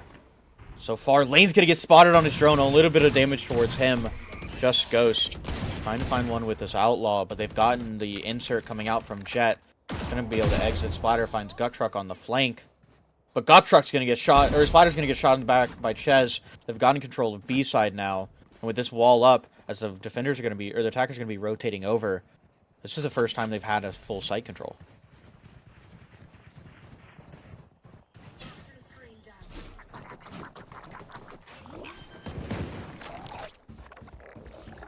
Spike planted. And would you look at that? Another 4v4 retake. It's just a little bit of deja vu here. Yeah, just a little bit. This time with the 4s though, instead of the 5s. And we see the mid-lyric fight might be actually very important here, as we see the lead actually put up. The turret is down. Oh, it goes back up, but he gets to sneak past it. The lead is actually in a really, really good position here if he doesn't get spotted by the alarm bot. And he does. He does get spotted, but they already have this flank and they're ready for it. Delete's gonna find the kill on the Rolo. Just Ghost gets taken out on yellow. It's all up to the remaining player trying to find Delete. Turns. Wait! But it's already happened. Another Ninja Defuse? No way! The 5th Ninja Defuse for this game. Delete's gonna grab a knife on the lane, but the damage has already been done. And another round going the way of win. Absolutely. And then we see again the power of the lurks. And this kind of proves it's like, hey, maybe because you have the arena, you can enter with somebody else. Maybe just let the lead go on the lurk. Being the more self-sufficient player on the team who can isolate these duels naturally without any need of utility, he might actually be able to get away with like lurking up mid without any issues. I mean, there's been a lot again, of we work see- so far coming out from them. Yeah, absolutely. We see again the setup for win, and that's kind of where their composition is kind of lacking, in my opinion. Lane almost gets Now you see spotted by the op come op. out. So far, no damage coming out from Delete with this op. Trying to, or not Delete. This isn't Delete. This is I need to turn the names on so I can actually see who they are. But Splatter getting aggressive on yellow. I'm just guessing at this point. Splatter getting aggressive on yellow, waiting for someone to take this fight, but they've been very cautious after Ches got that walk up. Splatter gets flashed out. Able to find Gut Truck though. Delete is gonna take out Splatter, but damage already done. They've already taken out their flanker, or their flank watch, and so Delete's gonna have to hold on to this and make sure that they can throw a man on there so they don't have to worry about that flank. Rolo able to find Ches, bomb down, and they're gonna have to find this bomb.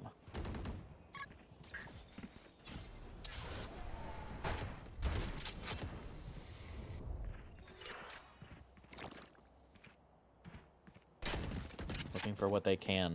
Lane still holding yellow side.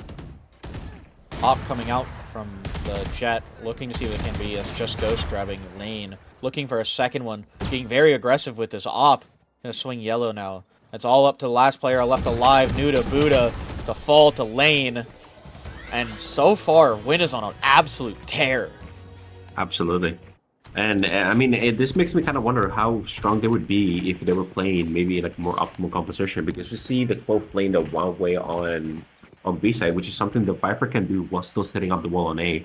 You could bring a flash initiator towards the A side like a KO and replace swap the Viper in close places with the Viper on B with the one way, and then play a KO here on A side with their flash initiator utility, and this would overall be a stronger hold. But they're making it work, and they're getting 5 rounds against nil in this first half of the game. Butter getting aggressive again, looking to get taken out by Lane, or by Delete, excuse me. Delete able to pick up Splatter. No damage early, but he still has his smokes to work with.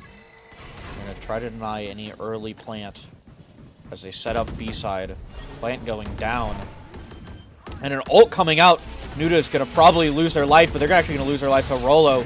Yellow tries to get cleared, but Just Ghost is going to have to do it with the op to be able to grab this kill. They've picked up the bomb, and they're leaving. They've already gone. They're going to go over towards A side, and the defenders are starting to realize they're starting to rotate back over, try to lean towards A, but they've already started making their way over. And this might be another even numbers retake, as we're going to find another 3v3. There's never a number imbalance whenever we find ourselves in these post-plan situations, but the operator is already here. He's going to be holding the line over the box. Getting have enough time to set up their utility. Spots the foot of Viper. But do they don't spot the foot of someone on 410. Delete able to get away. Gets spotted by the recon bolt. But it's already taken off that off the board. Gone back up to 410. They've spotted Ches up on 410. But Delete's going to kill out Lance before he can do anything about it. One able to work through their smoke. But got trucked to finish off the round. And finally win, losing a round on round 6. Absolutely. It took them a long time, but finally we see CH actually get their first round on the board. And an unfortunate sequence of events coming from the side of Win. The Ches distracting the player that was pushing towards Maze for Delete to get the kill, and then the operator scope just being too zoomed in to see him before 10. So great positioning and trades coming in from the side of CH, and that sees them get their first round. Lane 0-6 right now, struggling this game to find any sort of damage. He hasn't been given the fights that he's been looking for, and it's caused a lot of struggle in this game so far for them. Ekin able to take out Just Ghost, and that's the op off the board early again. They're going to go ahead and leave, hoping for some sort of a walk back, but Ches picking up Lance on yellow is going to be massive. They've only got to deal with Rolo over here, already getting rid of some of their utility.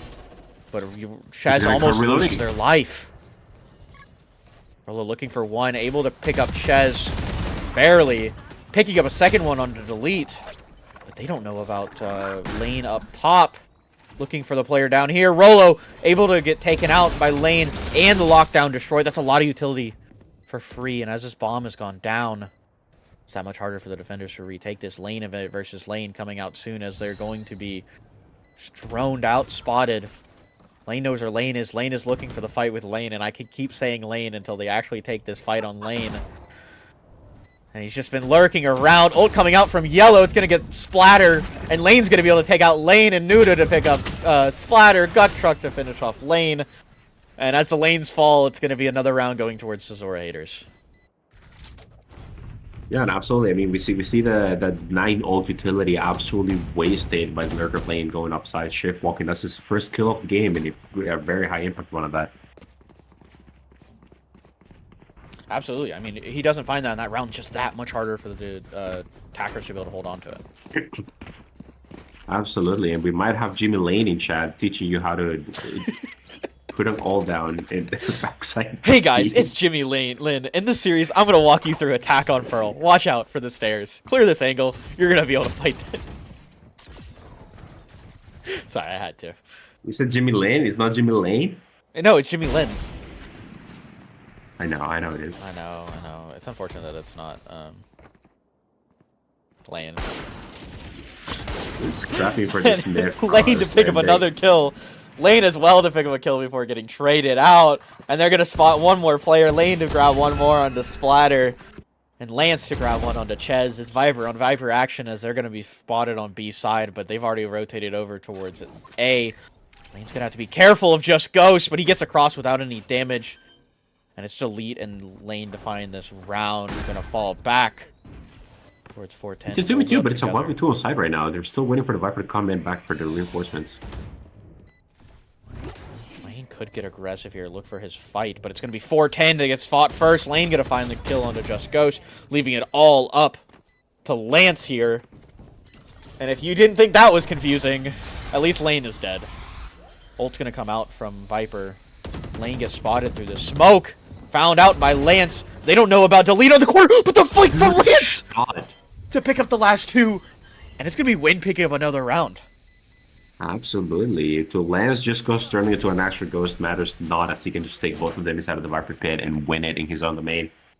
Absolutely insane clutch from Lions coming in 1v2 with the clock ticking down, and then it's a 6-2, and we see win around once again after 2 losses, and this might actually be a momentum swinger, as we see actually on the side of the Sora haters that Lane doesn't not have enough money by himself. He's gonna need a drop from a teammate. They're all gonna get full shields, but next round, if they lose this, is gonna be really bad for both teams. As we see an operator come out from Just Ghost, and he's gonna be set up on the B side. I gotta say, this game is really just testing my onomatopoeia. I can't even say it, Jesus. Skills. As it's really just how many times can I say one word and it's in the same sentence. It's like buffalo, buffalo, buffalo.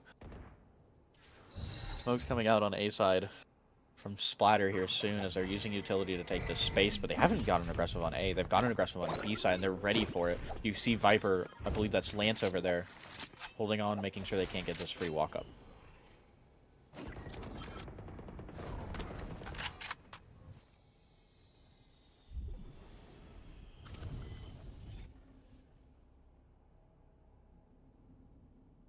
The attacker's looking for the walk up right now. It's gonna Dart's gonna go out, but it's gonna miss all 3 players. Smoke going out as well, and they found so much space in sight, but Splatter's gonna shut that down. Lane up top on 410, looking for a fight onto Splatter. No, he's there. He's gonna have to fall off of it. And they're gonna have to fall off of A as they work back towards B. All 4 of the players from the attack have got to rechange their strategy, and it seems like the defenders have realized it. 30 seconds left. Yeah, but without Gotrak getting any sort of timing here, he might actually get caught on it. Oh, Yeah, this Rolo becomes able to find increasingly him. difficult. Lance able to pick up Ches. They've got to take B control, but they've got to worry about the op from Just Ghost. Lane almost falls victim to it. And it's going to actually be Lane to pick up Just Ghost. One up top, Rolo denying the plant, but no, Nudo's going to be able to keep Lane alive, but the plant stops. Lane doesn't trust his teammate. And it's going to be a round going towards win in an unfortunate way. Oh, they didn't grab the operator. No. But they have enough money to buy it again, so there's no problem there. And now Win have built up like a decent amount of wealth, where if they lose this round, it's not a problem for them. They might actually even be able to afford an up next round. So it's looking really, really possible to get a 10-2 half here, actually. After how close last game was, this is a refreshing sight to see Win actually winning by a really big margin. Yeah, I mean, we talked about it before that we thought this would be Zora haters' game or map, but it seems like neither map has really gone towards the choice of the teams. They've been going towards the other team, been playing much better into the map that isn't theirs, and you can see it. I mean, they're like you said, they're 7-2 right now. Ult's gonna come out from the attackers, and it's Lane left on site. And he can't step back here. There is a pocket where he can actually hide and wait for the execute to come in, especially with the Viper wall hiding him. He's gonna be fine. But then they push into him. He gets to hide behind the box, but he gets spammed through. He doesn't Lane get any, to pick up and Lane. About to go down. And the bomb going down by Buddha. Lane's left on site, trying to hard fight this. Gonna have to be worried about the op coming out from Just Ghost. Rolo to grab one onto Ches. Lance to take out Lane. One from Oil Pit's gonna find it as Splatter's gonna get taken down by Delete. Rolo to grab one on the flank as well. Trying to get very aggressive on this flank here. It's left up to Nuda and Nest. But Nuda, Buddha, and Nest is not gonna find it. Rolo gonna be able to take them out and win up 8-2. Absolutely, and we see them winning an insane amount of rounds. But there is really the one question that everybody's asking themselves: how much lane on lane action have we seen this game so far? So it's been a lot. It has been a lot of lane on lane action. You've seen them both being really crucial parts for not only the hold for the defenders, but the attack the take for the attackers. He's been that kind of frontline player that you've been looking for, and Lane has been doing a good job of giving information to his teammates to help them out. Absolutely. Now we're gonna see a late call for them to go A side with 2 players going, 3 players actually in the mid side. The orb is late, but then we have 2 players creeping up. We have 2 players creeping up. There is an alarm bot up in kitchen, a turret up in boiler, so it's gonna be really hard for them to get through this being unnoticed. Unless Rolo actually swings first.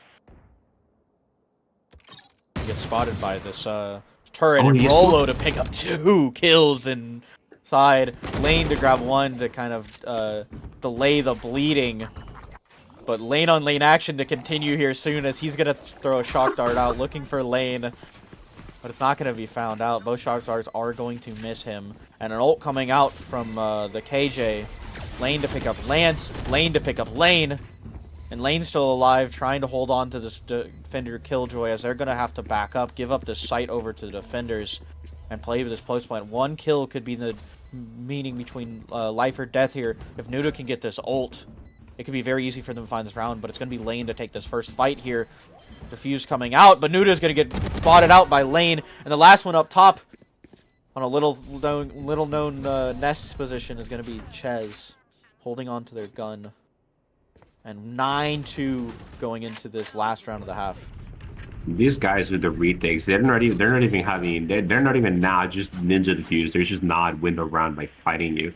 They're showing up in the second game. It looks like they were asleep on the first one. Now they're actually showing what they're capable of in this defensive half of Icebox.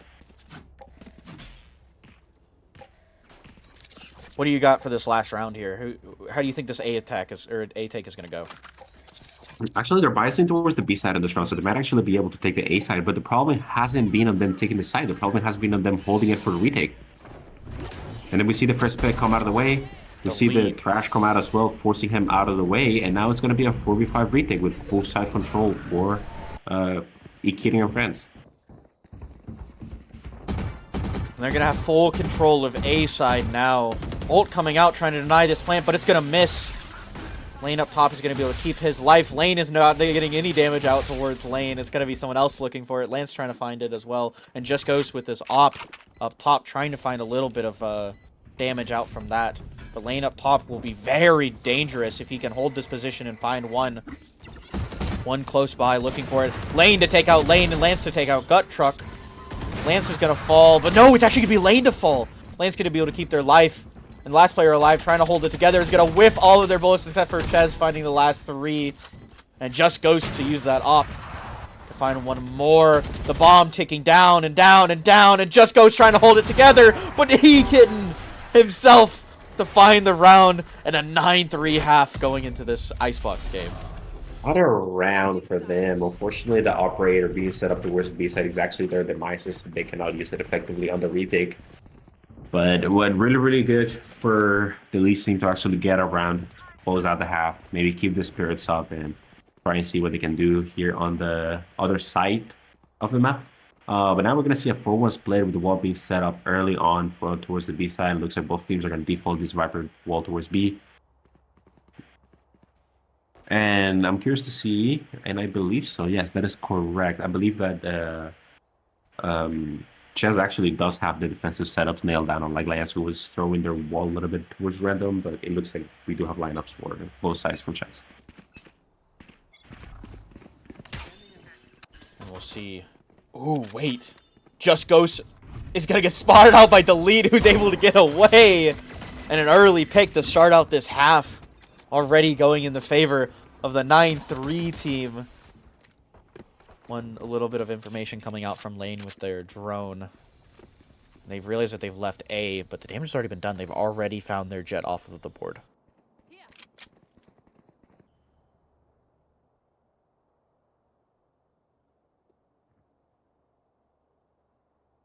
You see this pressure that Glow is making actually here towards mid. He's going to get picked up by Gotrug as they get into the A side. The Chess is here to make some presses, but it's going to be a 5v3 retake, and it's going to be really rough for Win to win. And Win is looking to win and trying to use Lane to find some sort of damage. But Lane's got to take out Lane. And they've got to clear Lance in this corner as well. Wall's going to go up, and Lance is going to try to take this fight with Lane and take it down. No lane on lane action this round. It's going to be Lance on lane as Chess is going to find Lance as well. And Delete grabbing Splatter before Nuda finish off the round, taking down Lane. And it's going to be a start that Sazora haters have been looking for.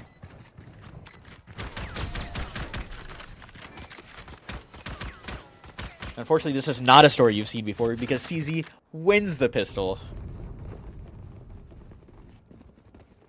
CZ's not playing.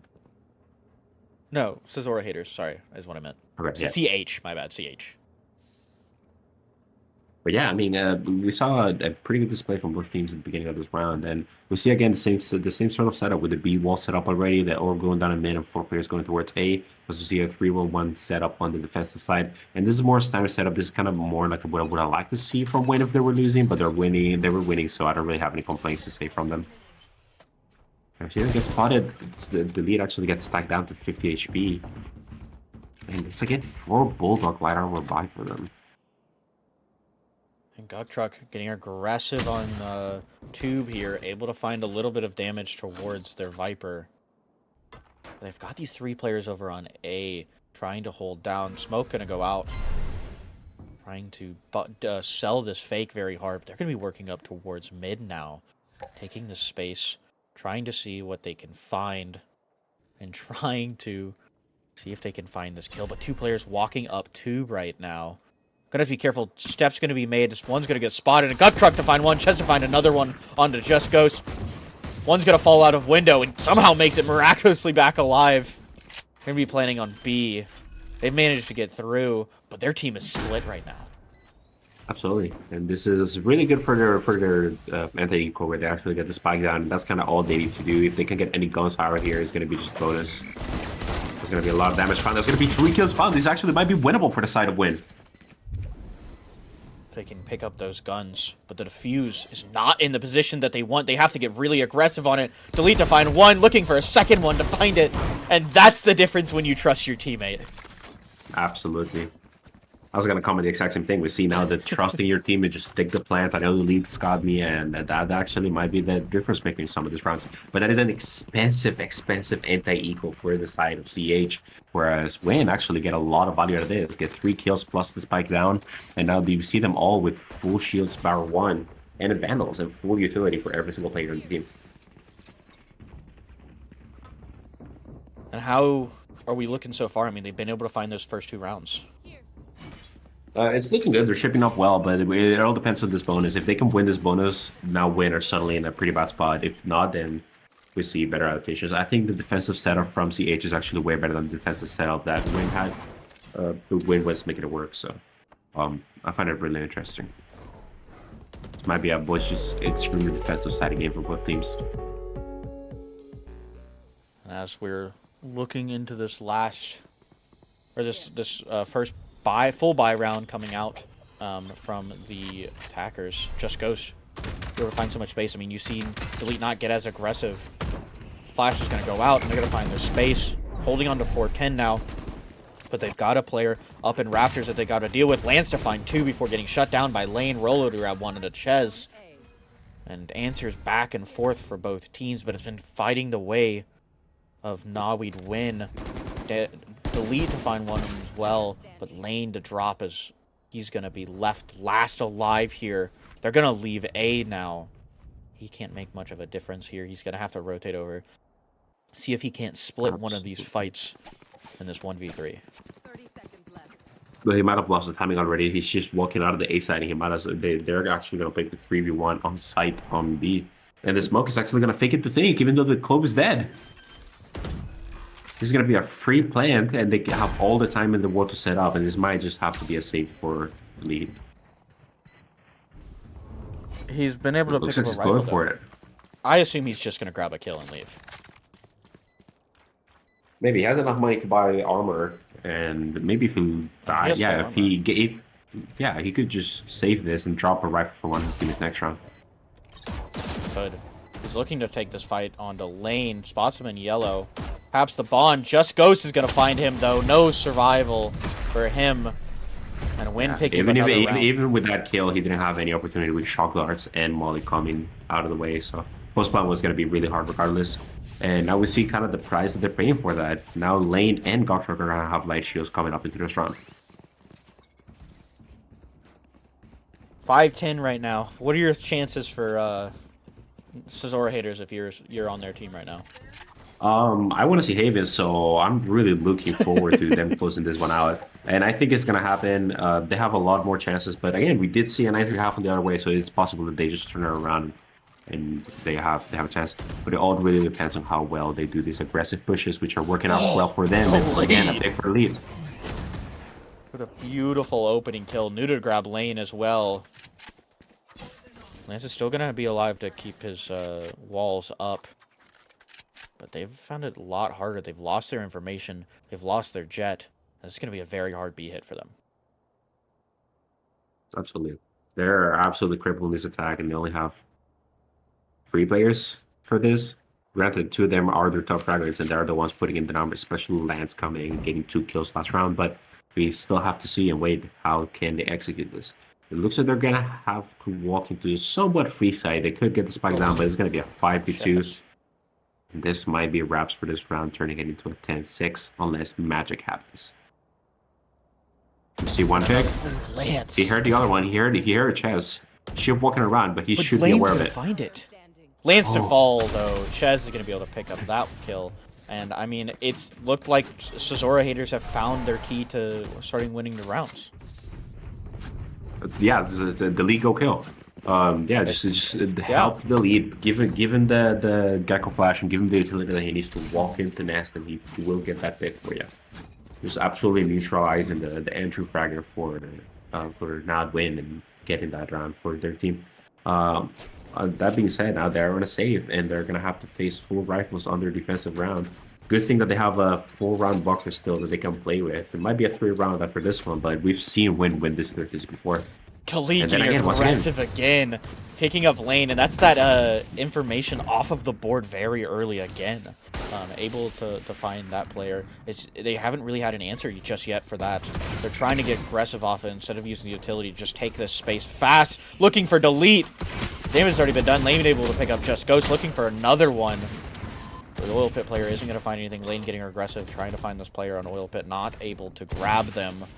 And A side is not looking like it's in the hands of Sazora haters anymore. Or Win, excuse me. As the Zora haters have done a good job of shutting down any sort of aggression, as 2 more players are going to fall. Last player left alive, trying to hold it together for their team. Rolo able to pick up delete. A little bit of damage. At least going into this round with 1 kill off of the board. But this isn't looking great for Win. It's absolutely not, but I mean, it is a safe round, so this is kind of like the round that they expected to lose. But then as long as the lead keeps getting those early picks, it's going to be really good for him. But he gets 1, and the Reyna is pretty low. He could get up to 2 more kills here. I mean, no problem. Texas Flander's nothing, but they have the spike down, and they're just going to hold this. And they hear him jump up, so Gold Truck is probably going to be aware of it. But Lane actually is their first contact, and he's the one that's low. The smart out, but the corner angle is going to get him. And now we're actually going to see a buy round coming into round 18 of this game. And we see a lot of ults about to come online for the team of Nad Win. Like, we see 1 out from the Global, 1 out from the Sova ult. They already have the Viper and Killjoy ultimates. And this could be a very big round to use those ultimates, huh? Yeah, it could be. Especially if Lane on the other team is going to be using their ult, they're going to have to use something to kind of answer for that. They're going to have to force away from just hard fighting Lane because he has the advantage in all of those fights. So we're going to see what he can actually do as they're going to be looking to default here. You see the Viper wall already being used early into the round to deny information. This actually threatens the alert cop to B side, so they kind of have to be here. And we don't see any information given off for either team at the beginning of the round.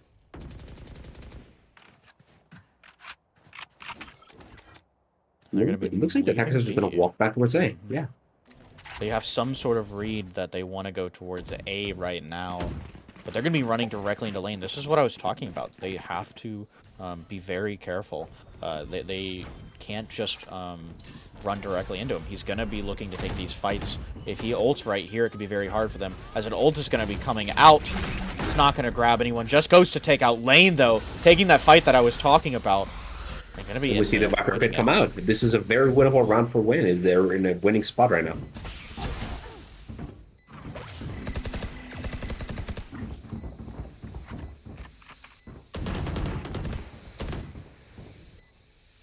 Just goes to Nuda to grab one lane and Ches as well. Just goes and Lance to find the last 2. And Win putting themselves closer to winning this game. Yeah, absolutely. We see Lance actually holding the line while Just Goes pushes it. Just Goes pushes and gets the Viper while they cross paths with the enemy jet as they walk into the Viper pit and they both get picked up at the same time. A really, really well played inside of the Viper's pit, and this brings it to an 11-7, 1 away from match point for Win. And we find ourselves once again in a full buy versus full buy round. Let's see how this round executes. We see a 3-player setup for the defenders on A side, and we see a 3-player setup for the attackers on A side. With 3 ults on the side of Win, if they can find that bomb down, it'll be so much harder for them to be able to do it and have to deal with that lane ult. But Delete getting aggressive again. They know it's happening, but they aren't ready for Just Ghost to fall to Delete once again. It's been the thorn in their side, and they haven't found an answer for it just yet.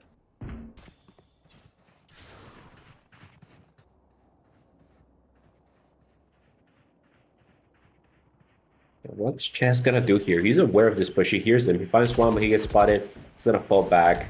And we might find ourselves in especially a 9-player retake. Down, but not that much. A little bit of damage towards them. But it may be enough to cause a death. Lane on the flank here has found the timing, but needs to speed up. The rest of their team is just getting hard fought right now. Gut Truck looking for it. Ult coming out from Lane. The spawn to deny. And the spray for Rolo. And 2 as well. Lance is going to find 1 and a second kill. And Win is on match point. What a round from the side of Win. They're playing really, really well. They're doing really, really good right now. I'm very impressed with the way that they have fleshed out their attack half compared to the last game. So it's looking good. They're still down in attack rounds. They're still 4-3 in this half of the game. But again, that buffer that they built themselves, the 9-3 half of the defense, is really showing their face at this point. And it looks like they're fully giving up the B side. They don't have any player actively on the B side. Yeah, just gonna go back set up on the B side, and then we're gonna see the alarm bird back on the board. This very standard Icebox stuff.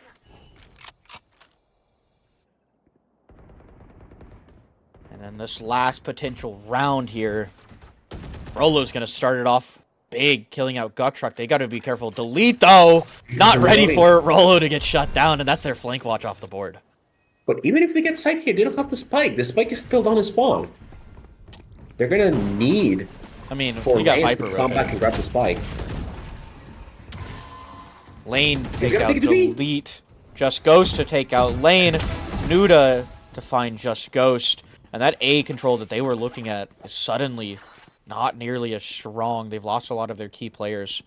It's going to be up to these last 2 to finish out this game. But it's also up to Ches and Lance to keep themselves alive. If they can't keep themselves alive, it's going to be very hard. Trying to spray it out, but it's not They don't get spotted. They spot the Sova. They spot the Sova. Sova off the board. Lance last alive is going to be able to get up.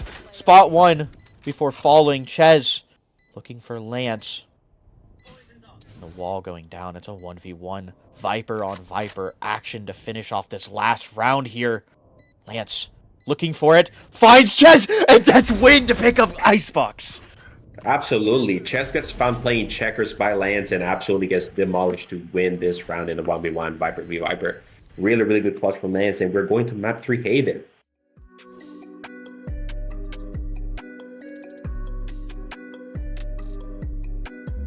And what a map to put us onto map 3. I mean, we saw Win absolutely just bring a strong showcase coming out of that map. They started that off half at 9-3, ending at 13-7, and we'll have our thoughts for this next game here soon. But we're gonna take a quick break, and we'll come back and we'll talk a little bit about that game, and we'll have game 3 ready for you.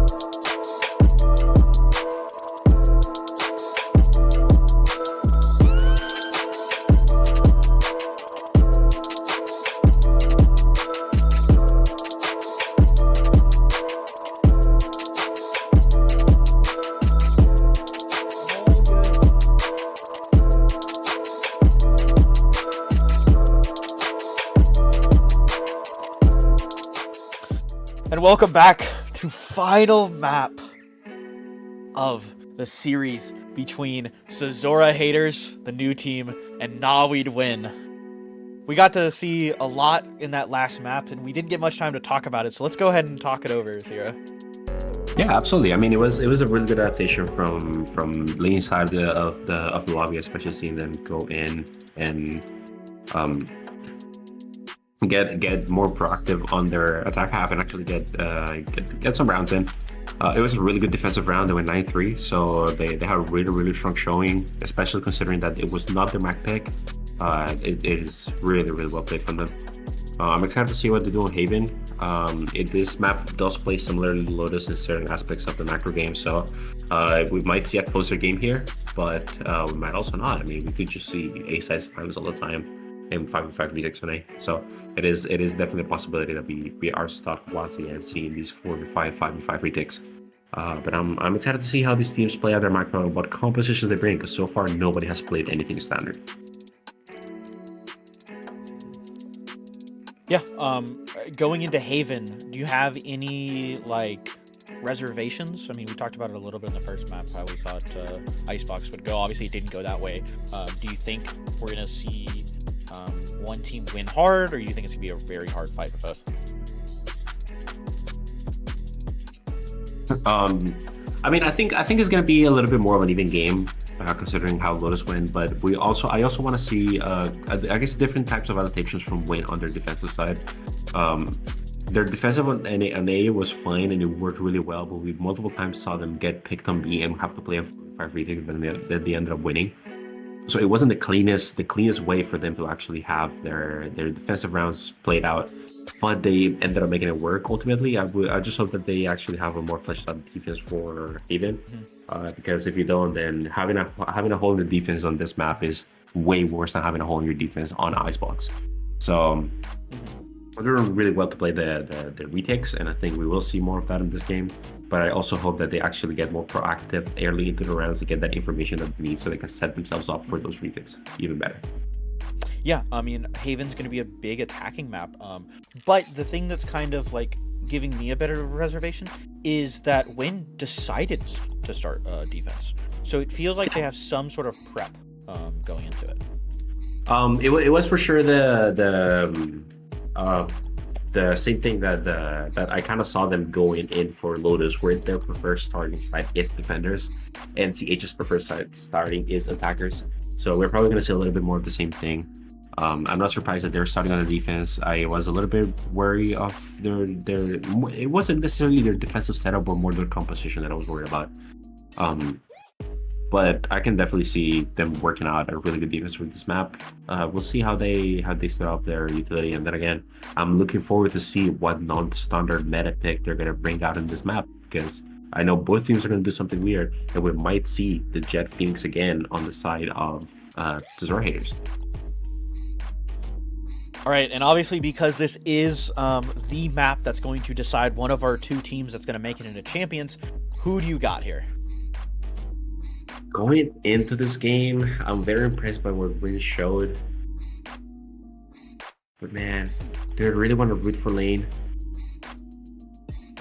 It's gonna be close, but I think Win might actually edge it out at the end of the game. I think this team has a lot of potential. This is a Raiders team, and they are clicking very well. With a little bit more prep, I can see them definitely taking this map. But we'll see how their endurance goes. This actually becomes an endurance game, and I think that some of the higher level players on the Win side might actually be able to pour through faster than some of the lower elo players on the side of Zora Haters might.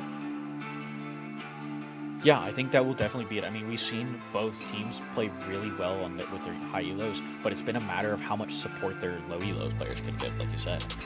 And so it's going to be interesting to see if we will actually kind of see that kind of presence that we've seen in the other maps, or if it's going to fatigue. I mean, that's something we talked about at the beginning of the season, beginning of the cast, is we're going to run into some issues with fatigue. I mean, it's already 2 hours in going into map number 3, and so some of these players are tired. I mean, I know we're a little tired here in the desk, and so kind of going into that map, a big part of it is going to be whether or not you can maintain that level of competition.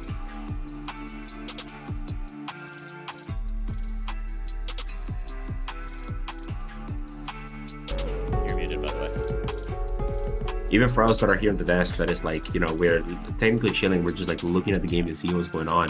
Like it kind of becomes a little bit exhausting. Like sometimes during the big action parts where I'm not really saying anything and there's not my job to say anything, I'm just kind of like zoning out and letting you yap.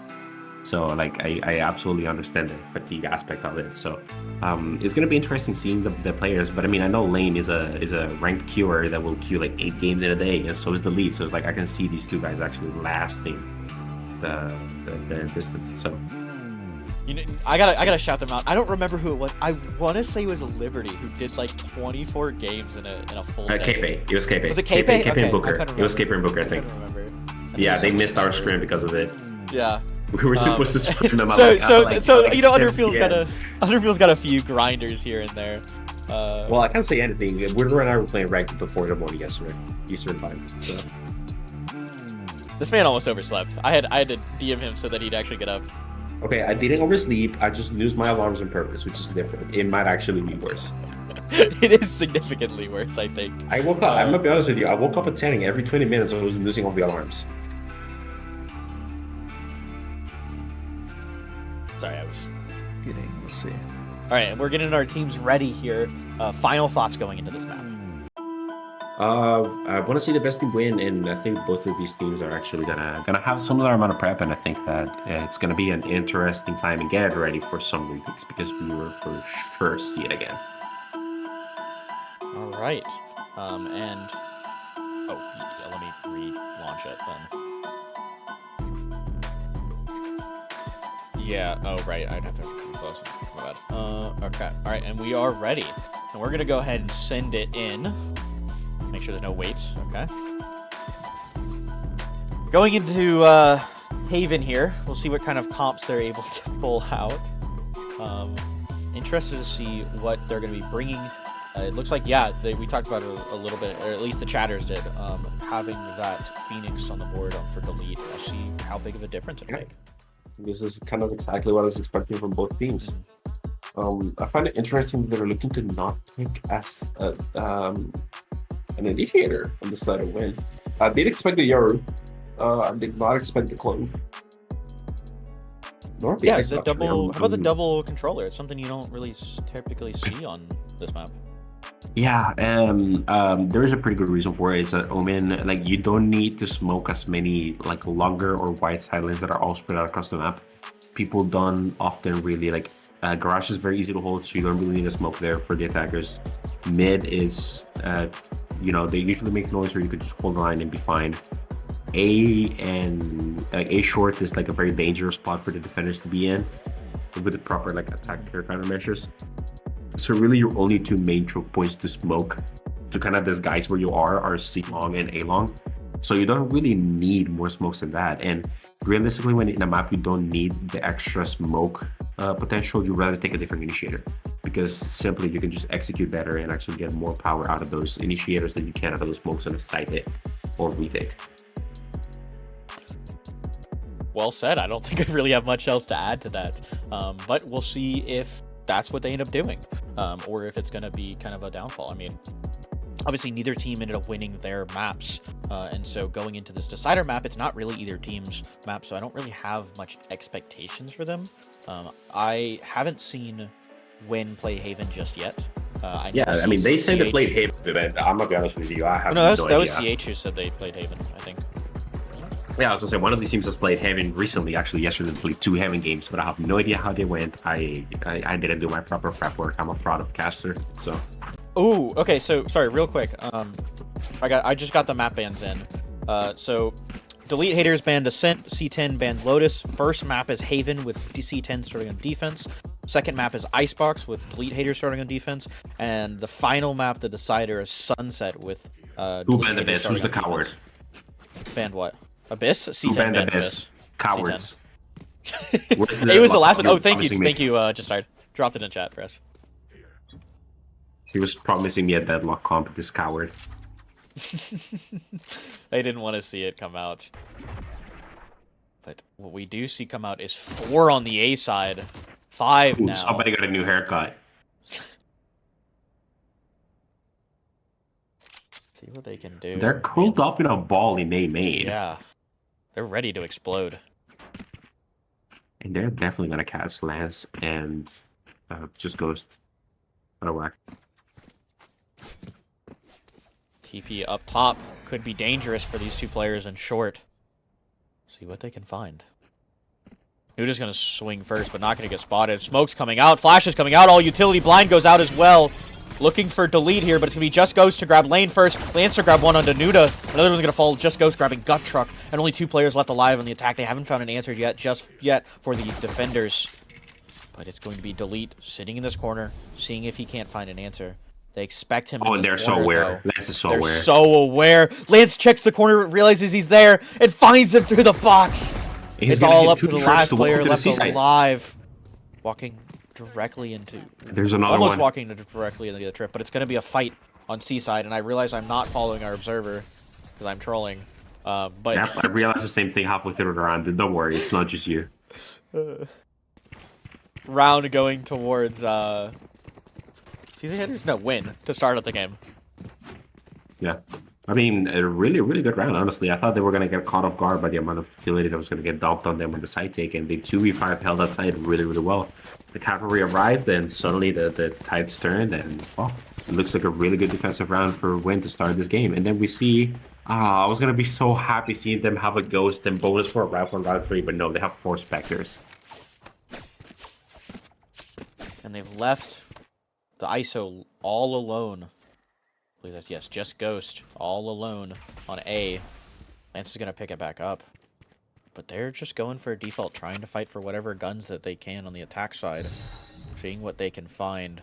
Smoke going out onto garage window. And they may be taking garage here.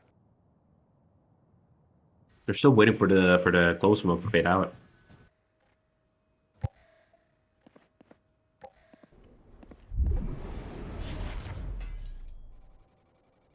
We see the recon arrow going to be clear in the corner. The corner is clear. But there is 7 players on this side of the map, and Omen is not too far away, lurking up towards mid. Garage window smoked up again, and we see the Jet walking into the garage window, seeing if they can get any information available.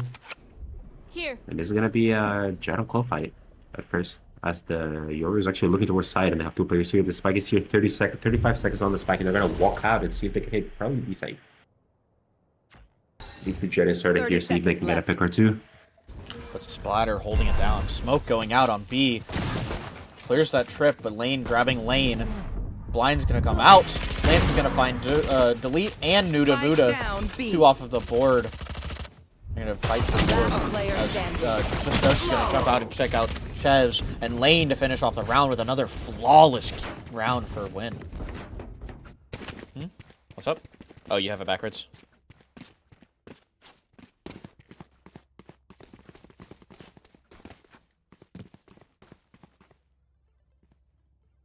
Okay. Do I need a tab? Okay. Alright, heard.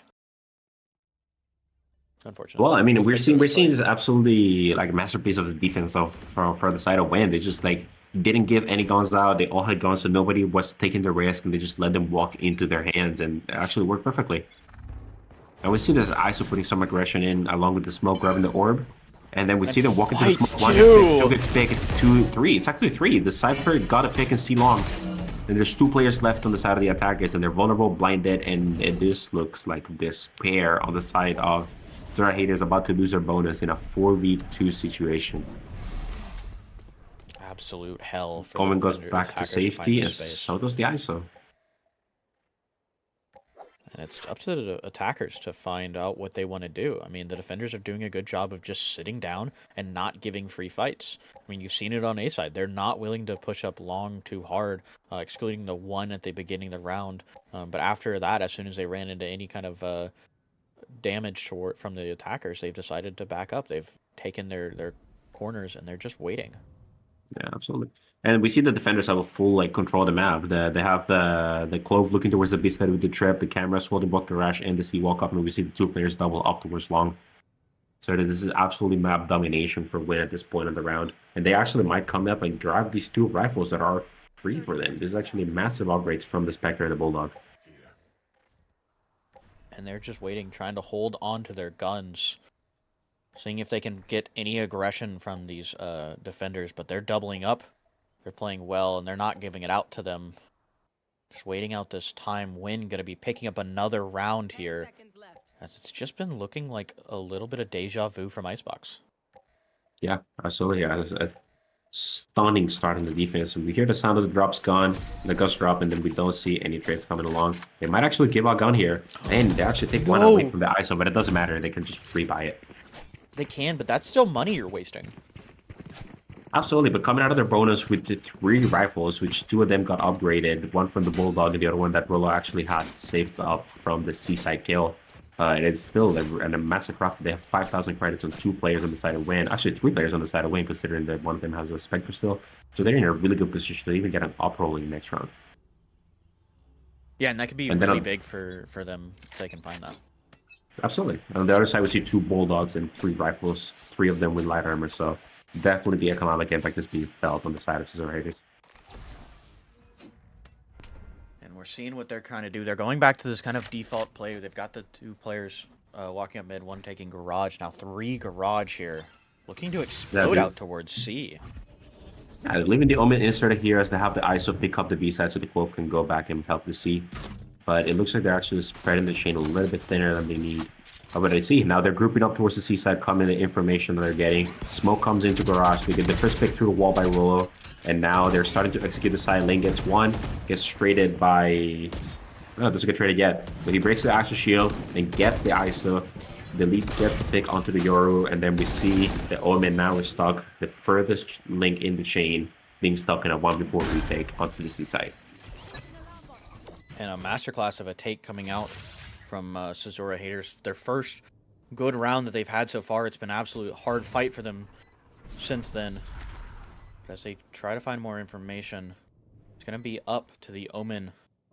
Find these solo fights. Looking forward, it's going to be Delete to take the solo fight, and Lance is going to fall off the board as Cizora Haters are picking up their first round.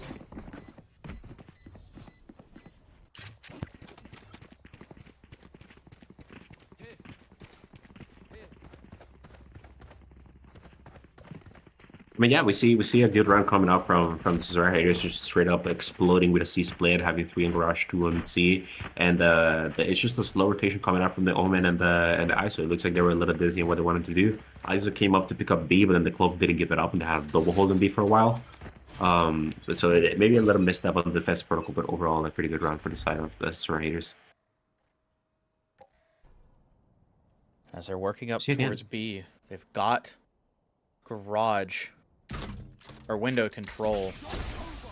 So, Delete started off, walks in and finds Rolo. That's him off the board. Lane's going to be able to find Delete, though, from garage. And the lurk up into garage could catch Lane off guard.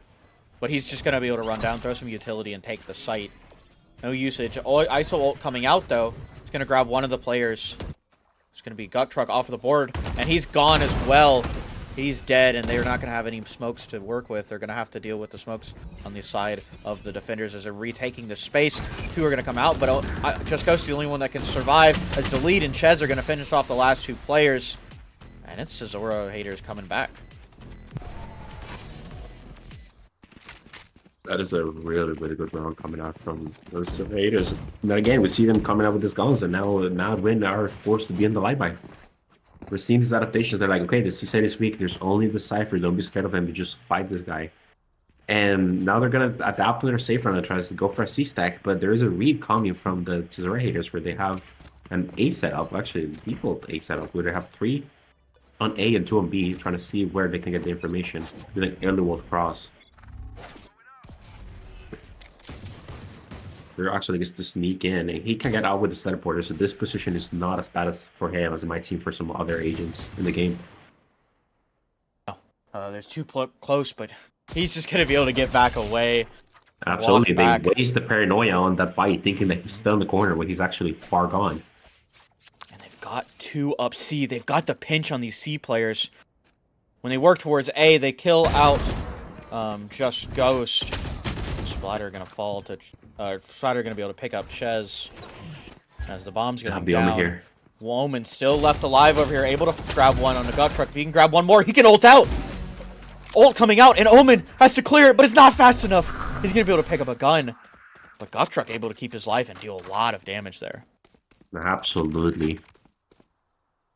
You're just getting an insane amount of value out of that ultimate as well as the 2 kills that he gets with that Phantom. Let's see what Lance can do in this retake.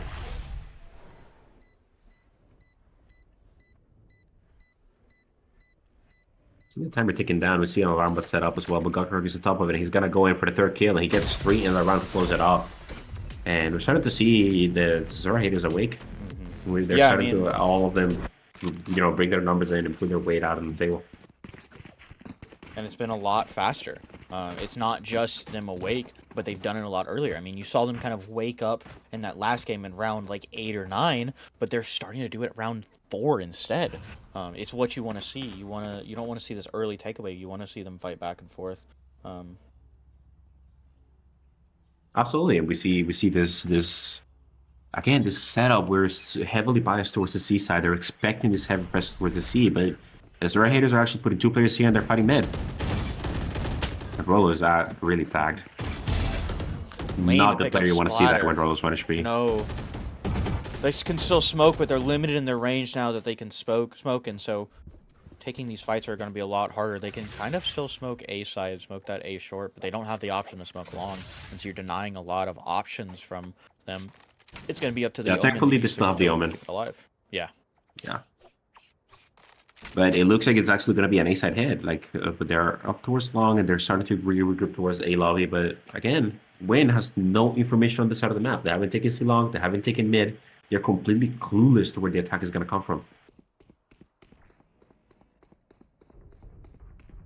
And they're just waiting to see what will happen. A tight's going to get taken, but ults on the side of defenders aren't going to be able to help them take this site. They're going to have to do it with pure gun skill. Just Ghost going to have to use that shield to find his way in. And as all the attackers are going to be leaving the site, they're setting up for post point, but they're not getting aggressive. They've realized that, hey, I don't have to take these fights. We have that man advantage up, and so we do not have to play these positions. We can give up a lot of this site. Yeah. The double tap also runs out on the ISO, and that's going to be huge. It's a 4v4, but with 1 utility left, can they retake the site? 2 falling as Just Ghost and Lane are going to go. Gut Truck to be able to take out Just Ghost to answer for a little bit. The bomb is ticking, though. There's only 2 more players left alive for both sides. And Ekin able to grab one through the smoke as Delete's going to finish off that last kill of the round. Absolutely. Ekin probably playing cat and mouse inside of that smoke. What a round from both teams. It's kind of the same problem that we were seeing on Lotus, where they're not taking any actually proactive zones of the map, so they end up being blindsided by the information when they get 5-stack hit. If they are able to push the Cypher or the Omen down C long here, they probably would know. It's like, okay, they're not here, they're not mid, they have to be A. And aggressive on A again. You're going to be trying to push them over towards C, but Nuda could be able to pick up the 1, trying to walk through, getting way too aggressive past his utility. Once again, we see them running up towards the B site.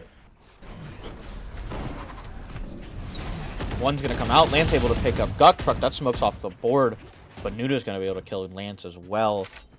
And so it's going to be up to them to use the smokes coming out from their clove to retake the site. Jet in a very dangerous position, sitting up on top of that box, waiting for them to take this fight. They're holding their flank. They don't have to worry about their flank. They only have to worry about 2 of their angles, making it a lot safer for him to be able to do that. And they're just waiting. Stuff's going to come out. They're going to be starting to take this fight, looking for 1, but they're going to get spotted out. Delete's going to be able to take out Just Ghost. Lane grabbing Splatter, and Delete to take out the other Lane to finish off the round. What are we looking at? Actual comeback so far for the Zora haters. Yeah, absolutely. They've turned this table, this game on its head so far. They're almost about to double the rounds that they lost at the beginning of the game. They lost the bonus, and then they immediately came back out swinging and just getting 5 rounds on the bounce. And this might look like a 6th one. I don't know how low the utility are on the side of the defenders. It looks like there is full utility for both teams. Actually, Lance only has 1 smoke. I guess it's fine because you have the Clove as well who can do the double smoke for you, but yeah, it's gonna look a little short-handed on the money. But Lane gets picked off immediately. This is good for Woodwind. And that's their jet off of the board. That's one of their entries, one of their big space makers. That's just going to be up to Delete to use his flashes to make that space. Rolo, I love this cam here. Gives him so much information. He can not only see out of garage door, but he can also see out into C. And as this ult is coming out, they're going to use it to make that space.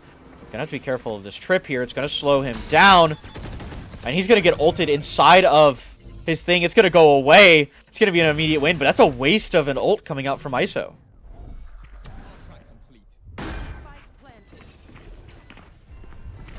Stuff going out. Just goes really able to good walk line. out. Able to take out Duck Truck. Delete taking out Lane on the flank, and Nuda grabbing Rolo. Falling apart so far for the defenders, as Nuda's gonna pick up 2 more kills before getting shut down by Just Ghost. It's left up to Just Ghost to find this kill. He has no utility. He has a smoke in his face, and he's got to find Delete and Ches here. Trying to find a sneaky little defuse. Sova ult online. It's going to find 1 hit onto him. It's going to find 2 hits onto him. It misses the second one. Just Ghost able to bait it out, but he's already been hit by it. It's been halved. Molly's going to come out, and Delete's going to shut that down. And what could have been a dangerous round for CZ haters. We almost get another Ninja Defuse on the board. But absolutely, yeah, we see. I like these adaptations coming from that would win. They're actually getting closer on these retakes, even though if they're not able to close them out. Unfortunate that they had the Sova ult in hand that they could actually use for that. But yeah, I mean, we see the same problem coming out, but they're not dwindling the numbers down enough before the retake comes to make their retake a possibility.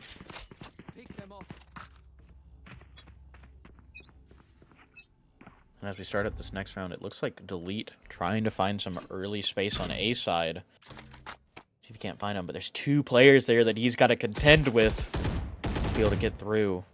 Clove in a real good spot here, but Delete's turned around. Delete isn't looking the right direction.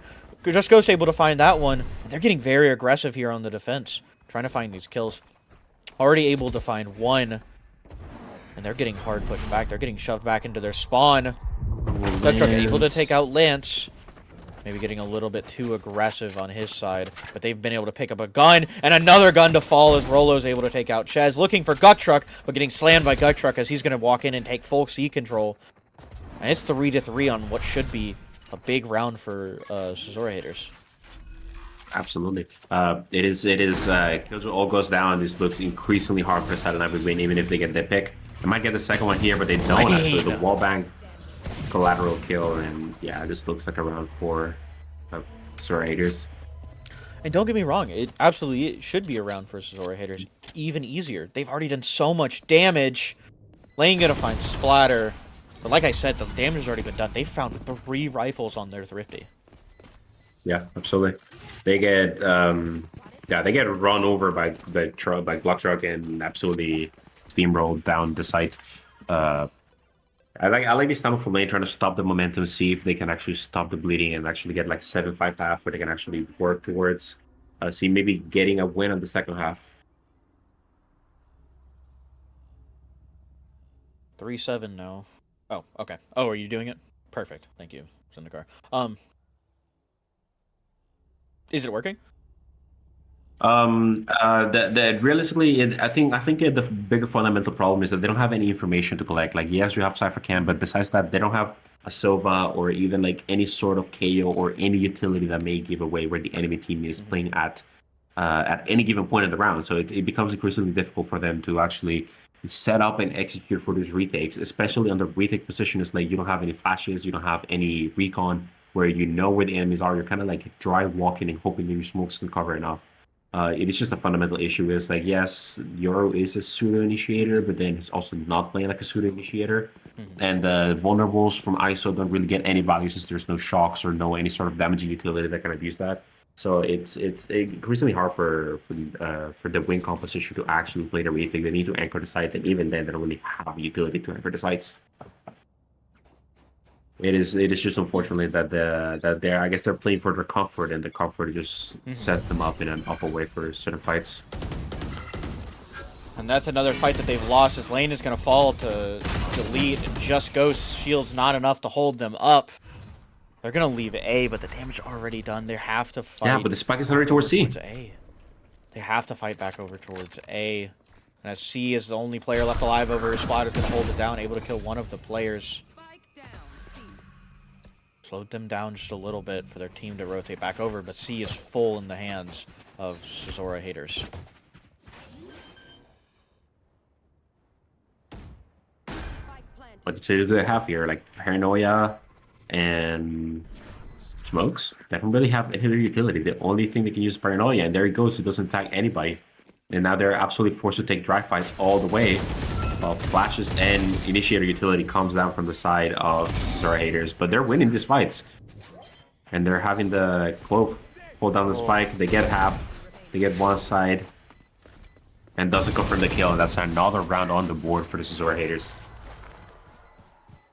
And as we go into this last round of the half, it's 8-3. Win hasn't won a round since round number 3. How does it look going into this next half? I mean, we could see a repeat of Lotus where they actually had a not great half where they had an 8-4.5 and actually almost brought it back. But we could also see an Icebox-esque second half of the game where it's fairly even, but fairly even is nothing whenever you're down 6 rounds in the first half. Yeah, I mean, that timeout didn't seem to really do a whole lot. Yeah, it looks like they're lacking direction, but I don't think it's necessarily a fault of the players, but rather a fault of the composition itself. Yeah, I can see that as well. They've struggled to find a lot of value out of it. I guess they were trying to go for a fight-heavy value, and it just isn't working so far as Lance is trying to get aggressive in mid. Flash is going to go out, but they're not there to take that fight. Yeah, that's probably the type of thing that you would rather see like a proper initiator do, where it's like you don't only have flashes, but you would have like Akayo here would have been perfect instead of the Yoru, in my opinion, for this composition. He would have at least made it a little bit more playable, especially in the retake sides of the map. Tripwire out on Garage is going to spot 1, but it's going to be Rolo and Splatter to pick up 2. Flash is going to go out. Delete's looking for 1. Doesn't get the second one taken out by Rolo, Nudo, and Lance to find their own. And just Ghost is going to keep their team just a little bit more alive. We're going into the half 4-8. Yeah, and this is absolutely what I would have loved to see Win actually adapt to very early into the game, where they had 4 players set up in the C side by the time that the enemies were hitting it. Like they stacked the site and they maybe like they had 3 players at the start of the game around in B side, but they adapted quickly enough. They were like, okay, they're not here. We're gonna have to hit C, and they moved into their positions to stop the retake before it even happened. As we move over to an attack-sided take, obviously, Win had the choice of going defense or attack, and so this should be their weaker side. Any kind of reservations you have for them going into this half? Yeah, it's gonna be rough for them to. The same problem that you're having on the retake, you're always gonna have on the side take, because the retake is just a side take for the defenders. So they're gonna find the same problems with the lack of initiator utility that they have whenever they're like not fighting. But they get the 2 picks early into the round, and this actually might ship up for a pistol round conversion for Nagwin. Util going out, they've gotten full control of B, using both of these smokes. I mean, this is going to be interesting because this is a site that not a lot of people love to hold because it's so hard to hold post-plant. But we'll see if they can do it. They haven't taken control of either of the mains, so they're going to have to play hard on site and from grass as well. Rolo getting aggressive, able to pick up Lane, picking up a second one onto Ches. And Lane to finish off the round, clearing out Nuda Buddha with a flawless pistol round coming out from Win. Absolutely, really well coordinated from the team. They're playing fantastically. They played that round to perfection, really. They hold the hell angles, they doubled up, and they fought together as a team, and that converted them around. That's kind of what you need to see from them, especially as you don't have that initiator. They need to get the early picks and convert those into snowballing very quickly into this tight timing windows that they have. Because they're not able to re-clear any areas. They don't have a Sova drone. They don't have even Fade Dog. Even Fade would be like really good here. But and it's kind of like that's what I'm getting about the Euro. We saw the execution from the Euro on the B side, and I don't see how that's better than a nice one. Than a KO, sorry. Rolo shuts down one of the grass players, laid off of the board. And the player is going towards C now, having to fight these C players. Lane's going to find Nuda Buddha. Inside of C gets cut off from the garage hold. And as they are holding their spots, just to see how the defenders are going to be taking their first sight here. They didn't get a chance to do it much last round. But now that they've got this spot, waiting to see what they can do, see the trip. Gonna see if he can't find anyone, but they're just waiting. They're looking for post explosion kills, seeing if they can find anyone. And it's just sitting around and waiting. Fake TP going out. 4 players still out on C. They're gonna get spotted, holding the spot. Forcing the fight onto Rolo. But he's just waiting. Rolo's very They're low on waiting HP. it out. They're all 5 going towards Eakin, grabbing 1. Blind coming out. It's not going to find anyone. Eakin, the only one died to the bomb. And they're going to use this to keep them players alive. Splatter grabs the last 2. And a win. They're very lucky to die there. If they had done otherwise, they would have been in a really bad economical spot. But now we see the 3rd round coming in, the first rifle round coming in for the side of Cesura haters. And I'm really liking what I'm seeing for win on attack. I mean, they're getting their advantages early on and they're converting them into round wins. But now we're going to see how that fares when they have the weapons advantage.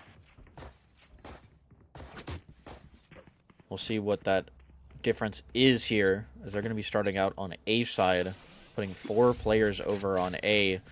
Starting very hard down short here. 3 of them get spotted. They're going to leave this, slow down these attackers with the shock darts. But looking to still take this fight. Mollies go out to try to slow them down. And so far, they've already made the moves to rotate over, but the attackers are going to go ahead and leave and win. Deciding to change their their play. Yeah, now it becomes a question of how are you going to re-clear besides putting your body on the line and being a drone yourself. Might not be a problem if they run into 4, but they're vulnerable. This might actually be really good for the guns that they have. They're going to get caught and they're going to get immediately traded.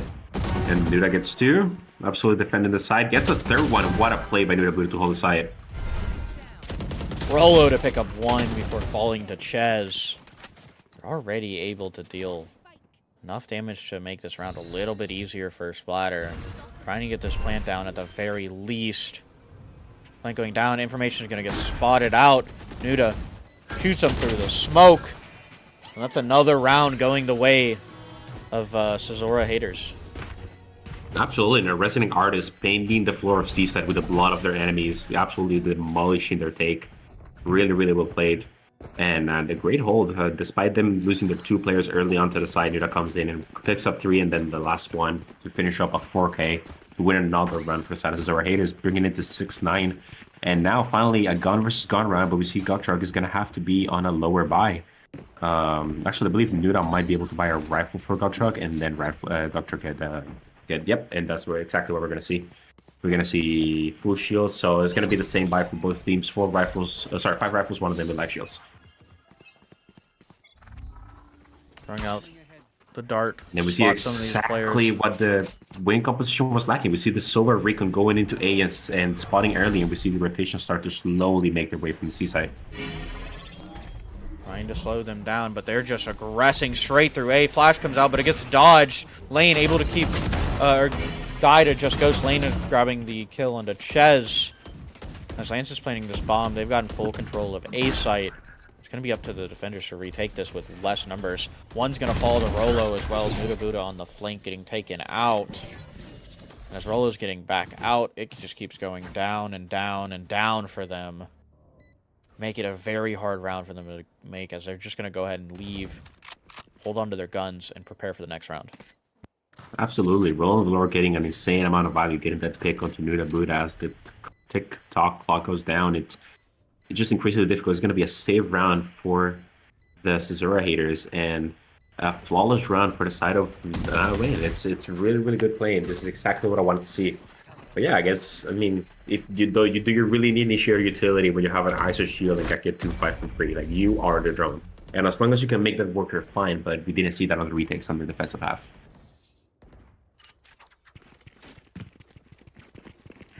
7-9 right now in favor of Cesura haters. This map been a hard fight for both of them. I mean, this is obviously the last chance for either of these teams to get into champions.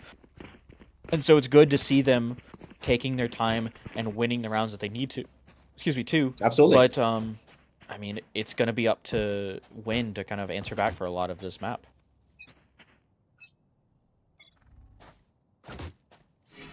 We hear the ISO shield get popped early, the C presence, and we already see the rotation start coming immediately from the Jet and the Sova.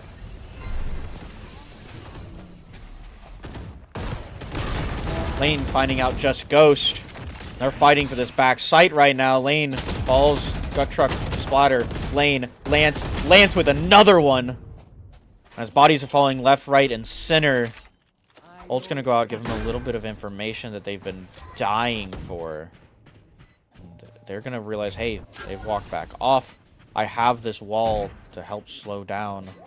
But he's just gonna give it up. He's gonna leave the one to them. Rolo's gonna be able to find Ches because of it. But Delete able to pick up Rolo.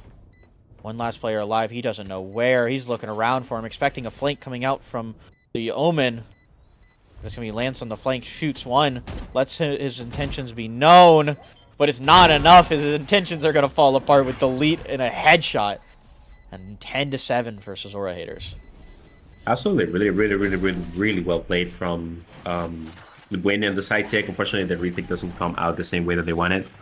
But then again, we see it's actually a stark difference compared to the first game that we saw.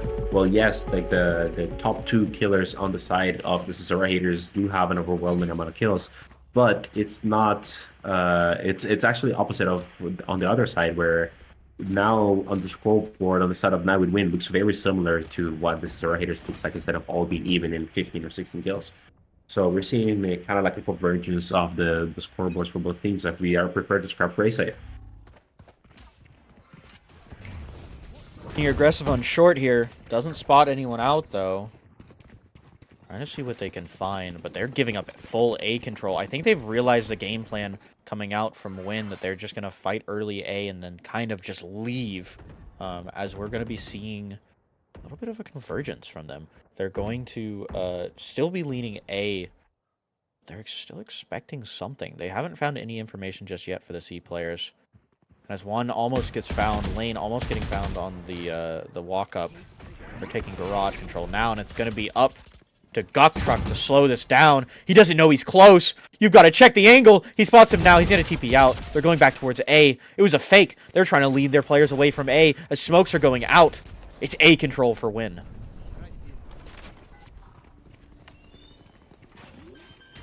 Two getting spotted, one getting shot through the smoke, but it's not going to be enough. Plans to keep his life. And they're looking to see what they can find. Still holding on to the site. Once again, we find ourselves in a 5-5 retake. Ult coming out from the defenders. Rolo's going to grab Guk Truck on the flank. And they're going to have to full give up the site. Ult finally finishes it out. Lane gets mollied in the corner. They don't know he's in the corner, but Spider's going to be found with one. So they're looking for Lane, who's still long. Just goes to grab one as well. And just goes to grab another one to help the attackers win this round. I really like what I'm seeing from Win. They're actually taking their time, clearing the spaces, having to re-clear with their bodies. But as long as they have the ISO shield or any sort of utility that lets them take the area for free, or even get a 1-for-1 trade, they're making this work. On the defensive side, it's much harder to do that, because by the time that you're retaking a side, it's usually 4 or 5 people together. But this is kind of the only difference that comes between retaking and taking a site. Is that when you're taking it, you might find 1 or 2, so a 1-for-1 trade is actually advantageous for you, whereas on the defense, that is not a thing, because there's 5 or 4 players on the site. And with what looks like a B play here, Lane tries to grab one onto Lane. We're back with the alliteration. As they're trying to see if they can't find anything. Walk up, coming towards B. It's going to be a fake. He's not going to get tricked by it, I don't think. They're just staring at it to make sure it's not fake. Delete going for the flash. Trying to see if they can find anything. Just Ghost is going to be able to grab one, but a trade coming out from Delete. Able to shut down any sort of damage that really went the way of the attackers. Yeah, and that is no shield for the Delete after that. That also clears the alarm bot, so now they have to keep an eye on B side.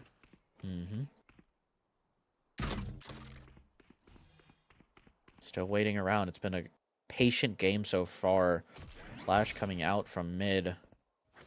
And I can't tell if they're trying to pull a rotate or if they just don't know what they want to do. I think that they're trying to make sure that we're not running into a stack side, because of course these classics and sharps are extremely dangerous at close range. But now we're going to see an interesting thing happen on the base side, where they have 3 players towards long, but then 2 towards short. And this might actually become a conversation of the fights. They might turn around and see long, they hear him now, and now the side executor is going to happen. Blind going out towards short, but they aren't looking at short. don't know that Delete's in this corner. They have to expect it, though. One gets spotted. And they know that they're there, but Delete able to shut down the diffuser, shut down another player before Lance finally cuts them off. Spots one nearby, tries to go for the defuse, able to take down Nuda Buddha, holding it down, able to get this bomb down so they can get away. And Gut Truck almost pulls the 1v1, able to get a gun. Lance pulling a position, Gut Truck trying to find what he can. Just waiting for someone to cross his line of sight, but he's out of bullets! He's so done! 20 bullets, or 20 HP left, smoke goes down, and all the hopes and dreams for Cesora haters going 8 to 11 are gonna go down the drain. Now we're seeing the exact opposite of what we saw in Lotus, where Lotus was extremely defender-sided, but this one is being extremely attacker-sided. It seems that both teams have their attack pat down, but they cannot get their defense in order. 9 to 10 here. If you take a timeout here. You're muted, by the way.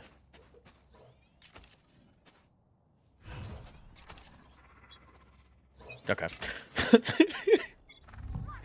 Getting dono walled on the other field cast is crazy. As the flash is gonna be coming up. Family member come into my room real quick. You're good. Just messing with you. Flash is gonna be coming out. They're gonna be fighting short. Not gonna find anything out of it though. As they're looking to see what they can do. I mean, this is the same thing. This has been the play every single round coming out from Win. Looking for some sort of aggression, finding some sort of build-up off of it, and it's been working wonderfully for them. They've been finding the rounds that they've been looking for. Yeah, and this is a great side for all that now actually gives them the information to be like, okay, now we're gonna choose who we're gonna commit into. And even though they think there's 1 or 2 players in the season, there's nobody. It's a free site.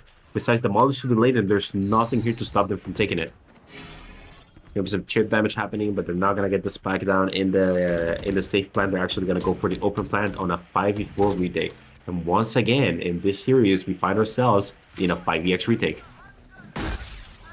Ult goes, plant goes down.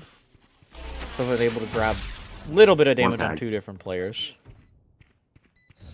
Truck's gonna swing and find Splatter. Splatter's gonna re-ult after Rolo takes the kill onto Guk. Splatter looking for a second one, is able to find a Nuda, able to grab a reset off of that. And Smoke's gonna go down. Packers have great positioning here. They have to fight Garage first. There's only 2 of these players. They don't have enough to really deal with this. Nuda's gonna get grabbed after grabbing Lane, and Rolo able to pick up Delete. This is a guaranteed round now. And as Nuda falls, it goes the way of Win as we're up 10 to 10 right here in this last game of the series. They don't have a lot of money here. They cannot afford all rifles here, and this might actually set them up to get around 11. They either save here and play to deny the match point, or they play here to deny the round 11, and it looks like they're going to call a timeout to precisely discuss exactly what we're going to see here in the next couple rounds. And, I mean, it's been a really good game for them so far. We see already a couple ultimates online for the team. We see Phoenix ult is online, Omen ult is online. They might actually try and get aggressive down C or either A main. See if they can contest one of these lanes and hard fight it before they are forced to play in the retake. Because these retakes have not been successful so far, bar 2 times, which is the only 2 rounds that they have won. But one of them was in an equal economical, and then the other one was actually a gun round. But it looks like if I was on the lead shoes right now, I would probably be calling to 3 stack and push something. Try and get some sort of map control or any pressure, because especially when you're down and you keep losing rounds, you feel the desperation that you have to do something, and when you don't have the information, that is where the hero plays on even numbers come in that actually give up numbers. So I'll probably try and coordinate something with my team to either do the equivalent of like a tiles crunch on a set and try and fight for grass, or try and get some sort of map space to try and alleviate the mental stress that you get from not knowing where they are.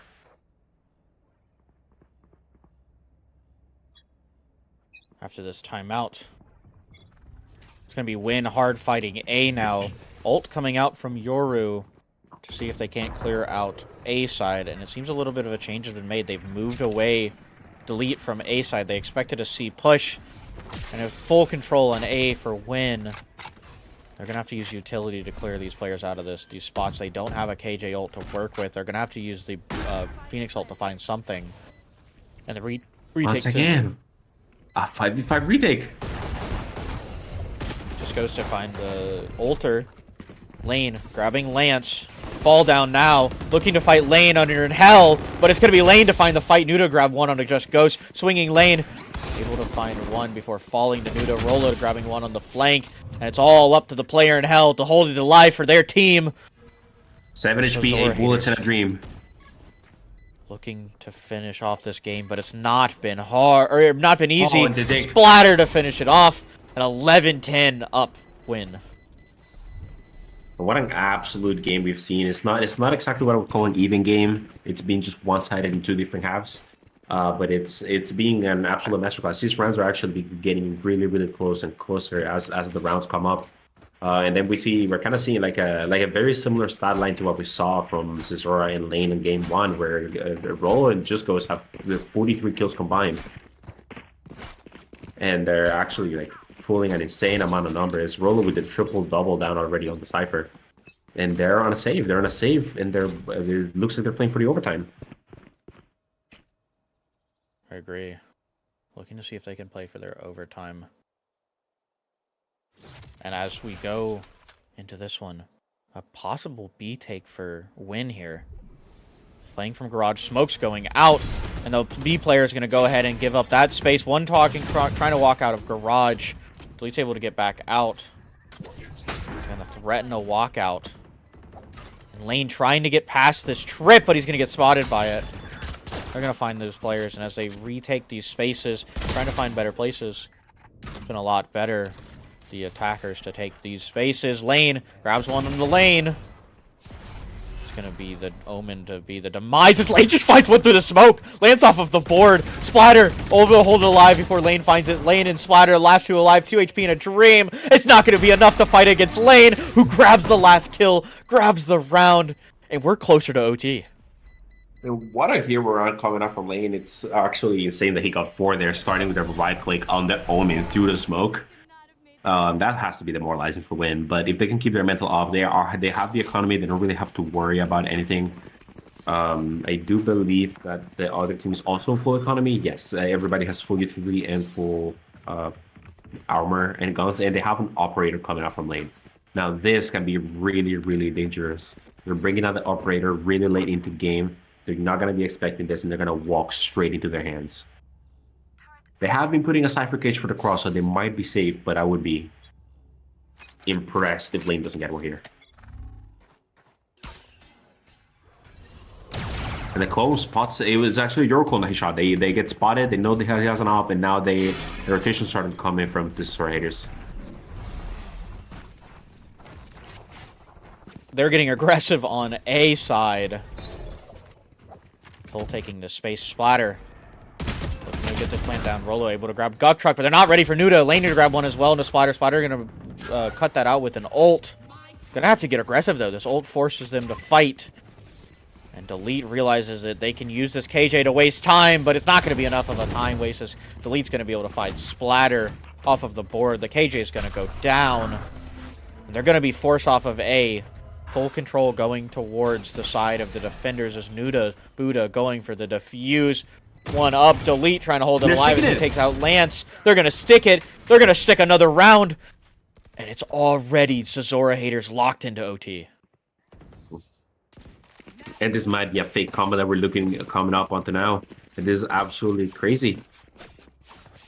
This is becoming insanity. Like, this game is actually might either go to OT or might be the fakest comeback that we have ever seen. But again, on the side of the Zizora haters, they have a total of, I believe, is 36 kills, 46 kills between the two top players. They're actually pulling through the numbers now.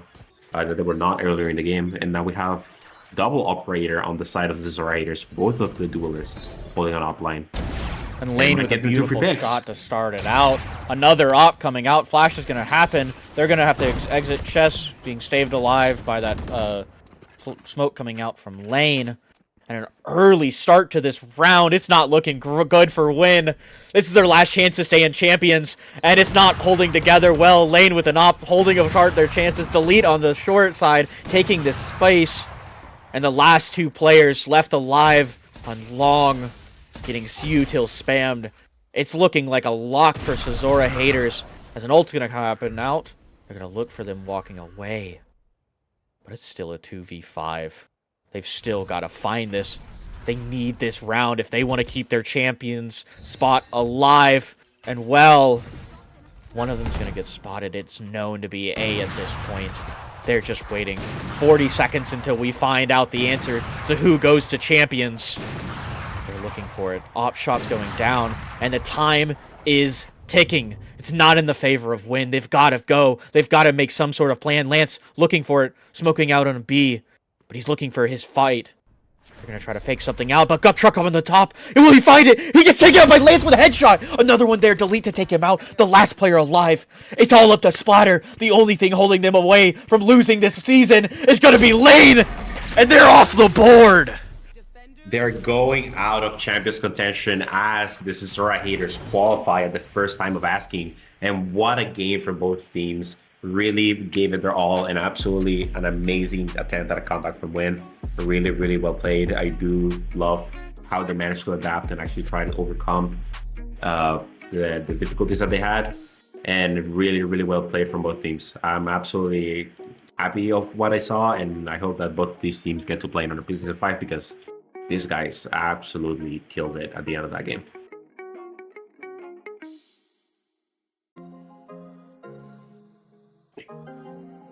Yeah, but what a series overall. They played amazingly well, and I'm really excited to see what Cesura haters have to do.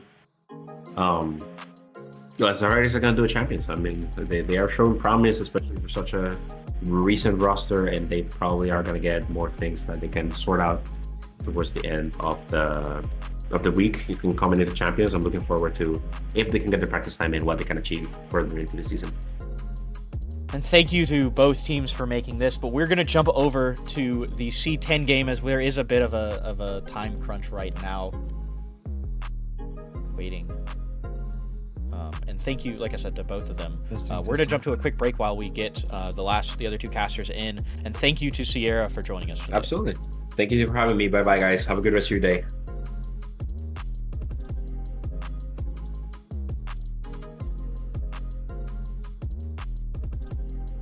Alright, can you drag Zon and Uliasen? Thank you. Zon. Alright, I will be leaving as soon as you join. Invite me again. I clicked the wrong button. Greetings.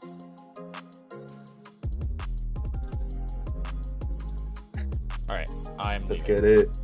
I will be in here to talk, but I will be listening. Y'all go crazy. Understood. Bye. I will bring you in, though. So we are obviously... Actually, give me 1 second. Alright, oh, we're still live. I didn't realize we never went to break. Whoops. Alright, anyway, hello, we're still live. So I'm going to be replaced by Zon here, and Ulias is going to be replacing Sierra. They're going to be our two casters for our final series, C10 versus Delete Haters, Delete Haters, excuse me. We already saw map 1. It went the way of Delete Haters 6-13, right? Yeah, 6-13. It was. All right. They couldn't handle the firepower of Delete Haters. All right, well, good luck with your cast. Thank you. Thank you. Coming into Icebox, which is... I don't remember. I couldn't tell whose pick it was. I'm assuming this is Delete Haters' pick. I'm not... After seeing the first game, I'm a bit skeptical on C10's ability to be able to win this map. How so? I don't know that I've seen C10. So a lot of the first map just came down to like the coordination between Delete Haters just seems a bit better, and on top of that, their firefights are just simply better as well. Understood. Gotcha. I believe we are ready on the production side. Production side is ready. Casting desk is anyway. Yeah. All right, we're coming in. I'm expecting a Reyna on Delete Haters. Never mind. I lied. We're seeing a breach coming out of C10 here. This would be just a hover, but that's gonna be an interesting choice. Oh, right, there it is. seeing a bit of a weird comp coming out of Delete Haters with a Sage hover.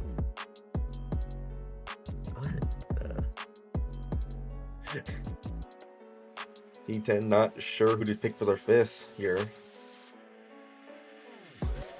Hovering over the Euros, I like the idea. So we're locked in for Delete Haters. Do you think we're gonna see any of the wall bang shots today? I don't think any of the people here know that wallbang. Well, I know two do. You do? The casters themselves. Oh my god. Nah, I should have taught Pen Flash it because I think it would have been really funny. Oh, I would love to see it live. Seeing the Gecko come out from C10, looking like a pretty good comp here. Yeah. Pretty standard. What we're looking at is nothing that we don't expect to see. And then we see the Sage coming out of on Takina for C10.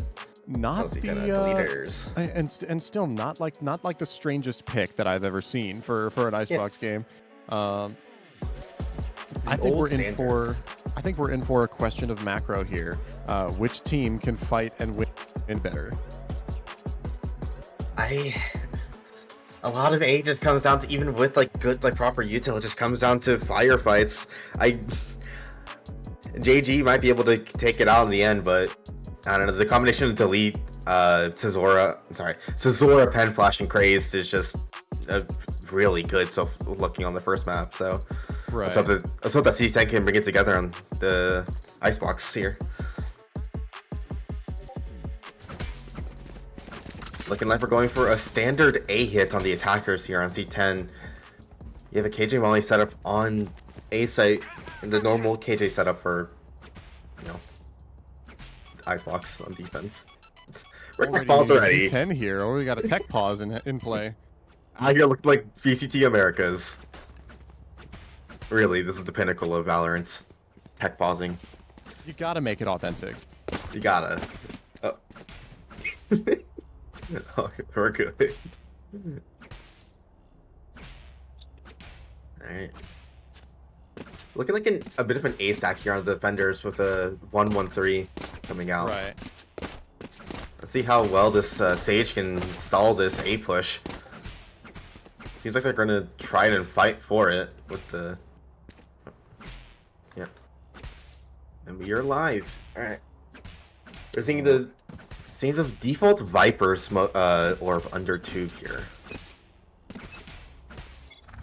Scanning ahead. Always love seeing the Viper lurk happening in mid. We're gonna get a lot of aggressive utility here happening onto the ace side. I thought that was a jip dash onto site. But JG taking the aggressive angle here, gets caught off by Crazed. All's coming out, forcing out a lot of bullets out of C10 here. Right. That dart's only going to find one, though. Only one other player. Not going to force too much rotate. Excuse me. We've got rotations 3 onto A site and 1 holding Rice Cake. Now committed to the A hold. We are dead sure that A is the play here. Yeah. That Flash taking a bit of an aggressive angle.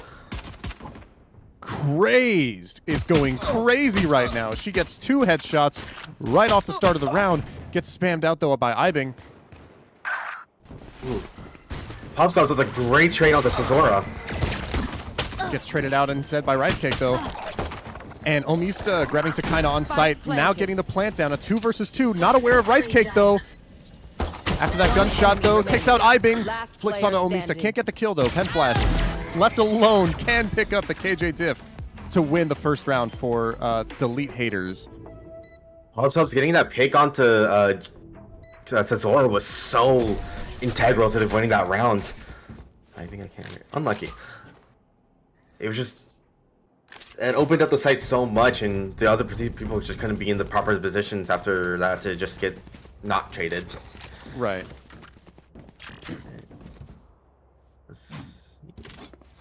Looking like we're going for a Sage on B. Seeing like Viper is going to be. No. Looking for a B hold here on.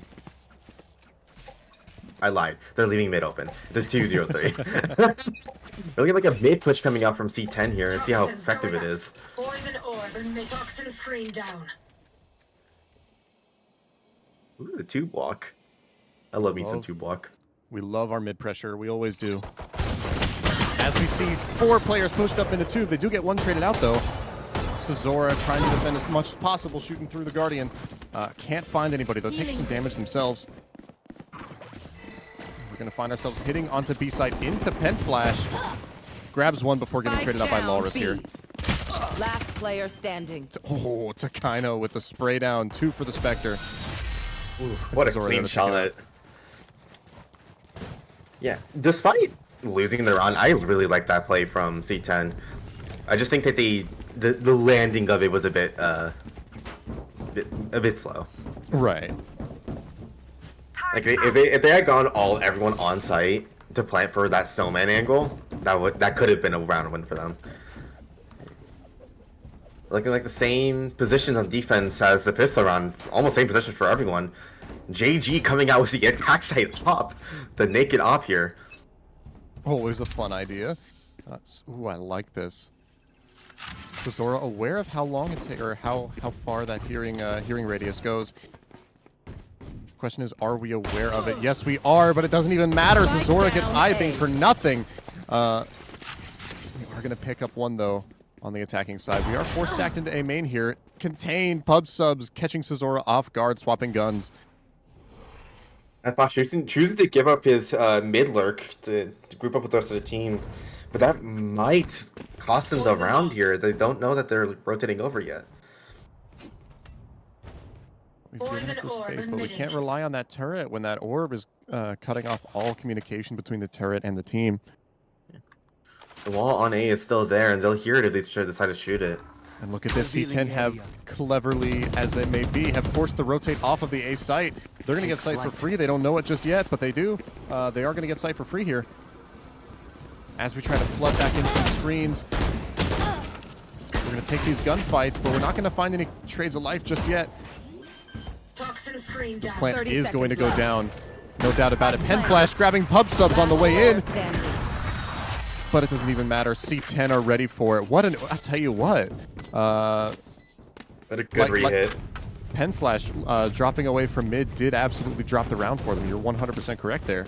Yeah, they had no info where they were. They had no push from B, no mid info, nothing, and it cost them the round just because they could just re-hit for free like that, especially when they had to rotate off the site to make sure that they weren't on B. We're seeing the same setup for the attackers here. Just another 8 hits. Look, that's the Icebox meta right there. Slam the A. Icebox special. If you lose A, slam it better. And here we are, 3 stacked onto the A site here. JG grabbing one for free on Crazed. Yeah. With that, it seems that they're going to try to accelerate off that kill. Right, this stage wall's not going to stop anybody as Thrash comes into the play. It doesn't spot Cesora. Absolutely does not. JG too aware, get though. any value for it, no. JG is an unstoppable op player. We're seeing a CSGO op special right now, the aggressive entry fragging operator. Yeah. The king is about to run into the op here. Despite that, gets one. Operator's not going to get any more kills from there. Rice K catching Loris off guard on the zip line. JG doesn't even need the op to get kills. There's one with the classic and a 4K. 2 with the op, 2 with the classic. JG is on fire this round. He is determined to make this match end before he has to leave. What's our time limit on JG? I have no idea. We're seeing an eco coming out from C10 here. See, it looks like they're gonna have Cesora come down tube with the sheriff. And another A hit coming out from the Leaf haters, it seems. Scanning ahead.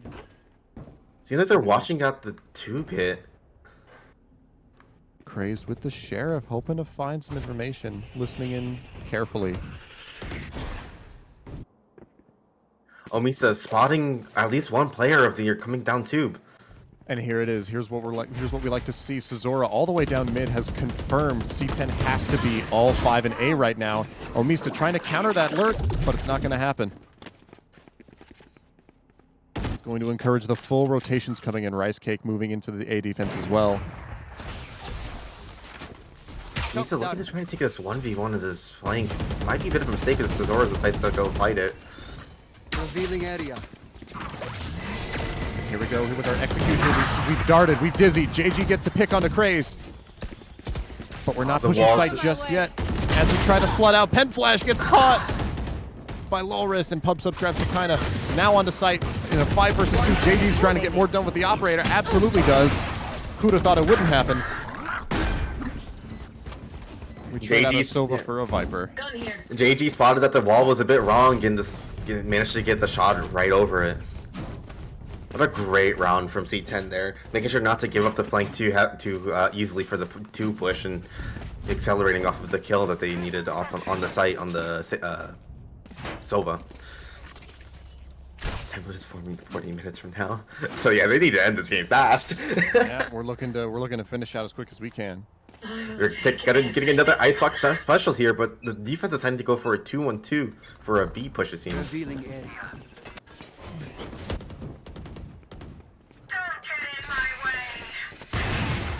Viper all coming out for Delete Haters here.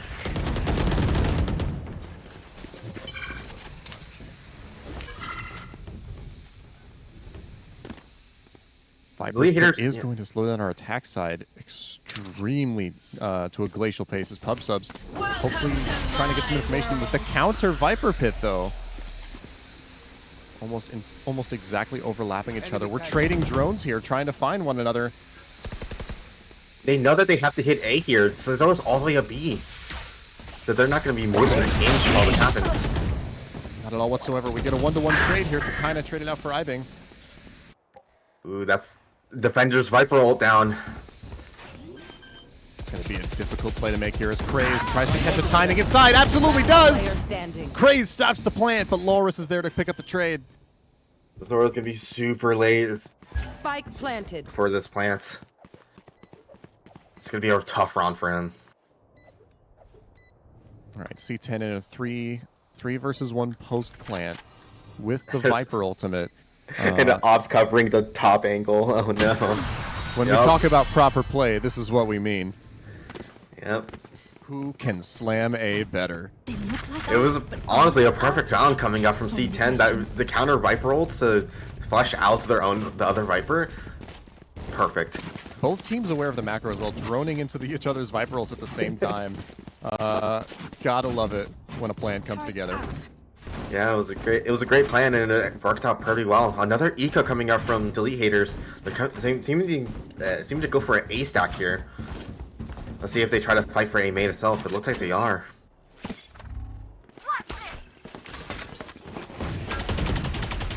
That's nice coming out from Zazora. Look at the aggressive, gets one. Spike down. Not paying attention to Pen Flash, gets caught out by Loris.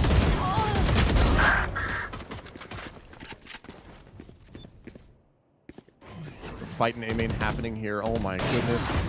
Who can slam A harder? Zazora takes out JG to kind of with the ghost. Leaving PubSubs all alone in a 1 versus 3. They flip the script here. Swings into PubSubs. Zazora dashes out to draw the crosshair and wins the kill for another round in the books for Delete Haters. Yeah, Zazora getting that pick onto Ibing early on stopped any sort of stall that C10 had, and then his kill onto JG just kind of solidified that that eco was just going to come through for Delete Haters. Heading into this timeout here, we've got a few things to think about in regards to, of course, our attack side C10. They're doing very well, up 4 versus 3 on attack.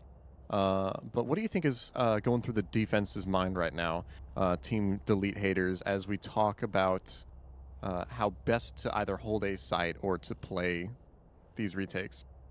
I think, at least if I'm them, I'm thinking about how more aggressively we can take the space. They're like from the map, you can see that they're pinking a lot of pipes and the belt angle. So it seems like they might want to try to go for a more aggressive take here. Especially since most of their aggressive takes have won them the round or got them pretty close to just having an advantage. And they're probably going to consider the fact that they have Sova, Gecko, and Killjoy ults here. So they might just go for either a really fast A take with these ults. It seems like gamble stacking on our buy round. I mean, Oh, never mind. It's not That is the not largest right. gamble in the world if they were to. I'm lying. They just took forever to set up. We're seeing NASCAR levels of Valorant right now. They're making a left turn. They're making another left turn. They're hitting A. They're hitting A again. Yeah, Cesar on the the belt angle with an op here. C10 deciding to go really slow with some info denial. Delete haters not falling for it though. If anything, their positioning has moved further towards A as JJ gets a pick onto sight on Crazed. Dropping early Sova, but Takina there for the refrag, ready for it, but doesn't find top pipes with Lotus. Never mind, Lotus on the whiff. Takina got 2 there. What? Thrash isn't even going to find anything for the trouble. Ibing unfortunately drops off of rafters right before Thrash detonates. And They're now we going for find a ourselves. Oh, go ahead. Yeah. They're going for high-low on this belt angle. Oh, never mind. A 4 versus 2 defense here. Omista, though, is able to find one, making it a little bit easier to win this round. But Rice Cake catches Ibing off guard. Omista down there. A. Aware enough for the refrag. Instantaneous. This is a really bad position for the Spike to be in, stuck on top of 30 410. seconds left. A perfect angle for Cesar to come and try to get it off. Does get control of the spike, though. Not enough time to rotate to B. We have to plant on A. Can we make this round win happen? Spots the gun barrel. Any value for it? Absolutely. Finds Pen Flash on backside, but can't convert the kill. Pen Flash holding sight for their team. He doesn't recover the op. He's trolling. No. What's our economy look like? We can get another one. No They worries. can get another one. Both sides still being able to afford the top here. I'll tell you what, the real round, the decision maker there happened very early on with Loris dropping off of pipes, trying to kill Takina. I'm not sure truly. Takina, excuse me. Yeah. And getting punished for it, not having a full plan. Let's hope that doesn't happen again. Oh my God, we are shaking up the meta right now with a B hit. Yeah.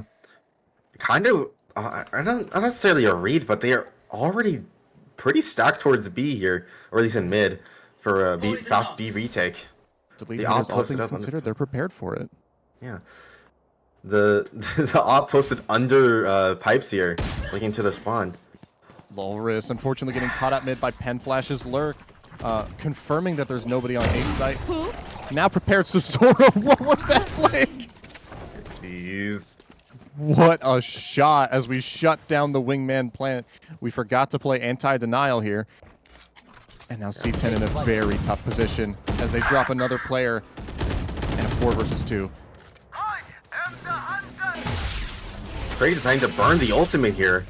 Hunter's Fury committed. She can't hit anything with it, though. Not going to find any information. One enemy remaining. Zazora doesn't need the information to get the op kills, though. Oof. Takina losing out on the fight on top of the spike.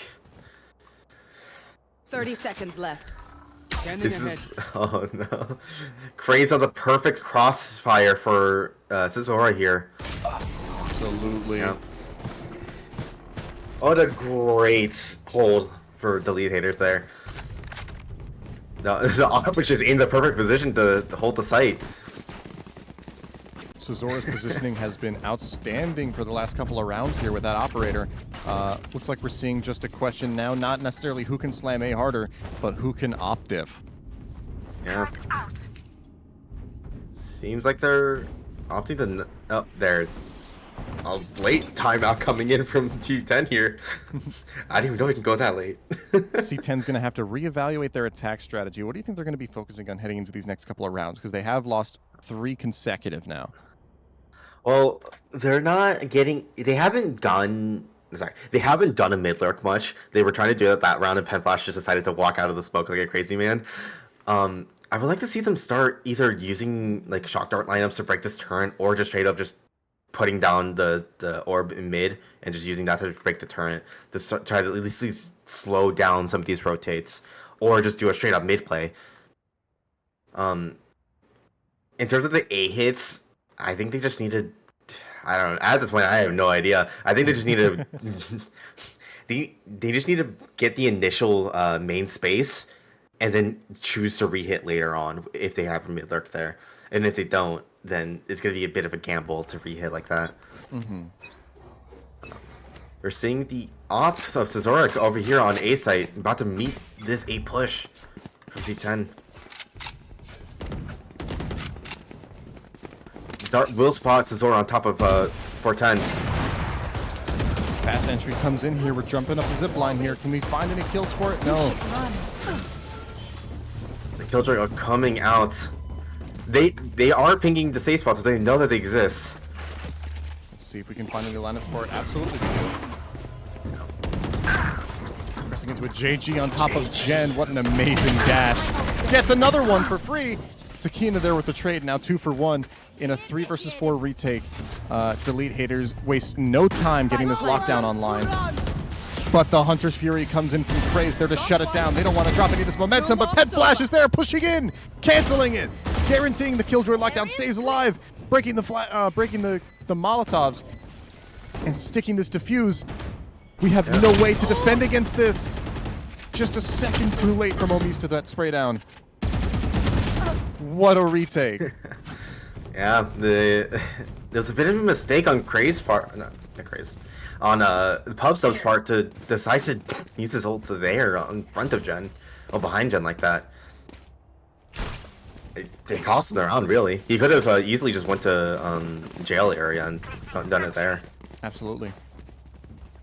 Right, we're seeing like another B hit here coming out from C10. Let's see. And the ops already moving over to mid. Get out of my way! Grounded.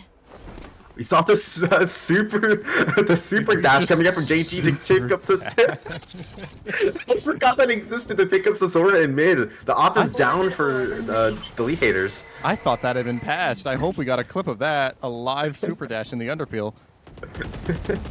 We're gonna be hitting onto the B side here. We get the B side here with the wingman plant coming down. Absolutely, the plant's gonna come down. Takina giving Cesora a second a chance to redeem and does get the pick onto Omista. Great post-plant positions coming out from C10. They do have the Gecko ult to deny the first ping from the spike. Right, but delete haters flipping the script. They were disadvantaged at the start of the round. They're going to pick that advantage right back up. And Lotus is left alone in A main to defend this spike. And with the wall coming out, that pretty much guarantees the round for them. Yep, Sage Volt's not gonna allow anything to happen. Takina may fall, but Rice Cake's there for the trade. That's gonna be 7-4 favoring delete haters now. It was JG that has to leave somewhat soon. I hope they have a plan. Because they are gonna be here a little longer than they expected. Yeah, delete haters coming out with these great retakes. Really bringing the Icebox special to C10 here. I can't. Why did my map go away? My map's bugged. Now I've got to wonder what Pen Flash said during that timeout to reinvigorate the team, because C10 obviously did not have the same pep talk.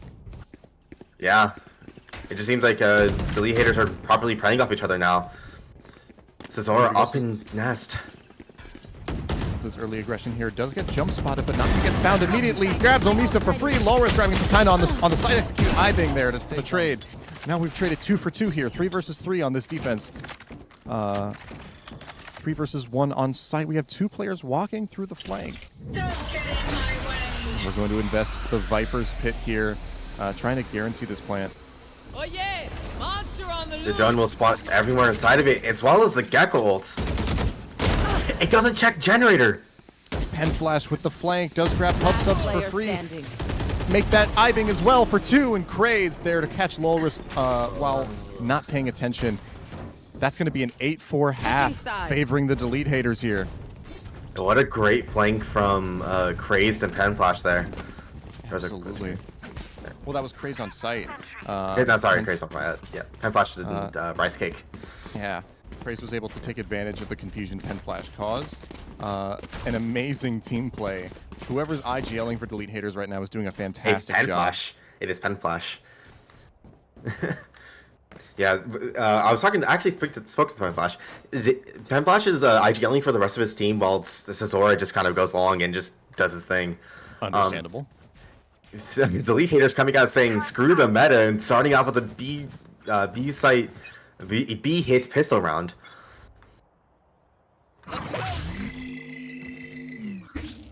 The flash spotting no one. The drone clearing out all of B main here. But we are all the way through A as well. Delete haters fully, or excuse me, C10 fully aware of what the play is now. Get him, wingman.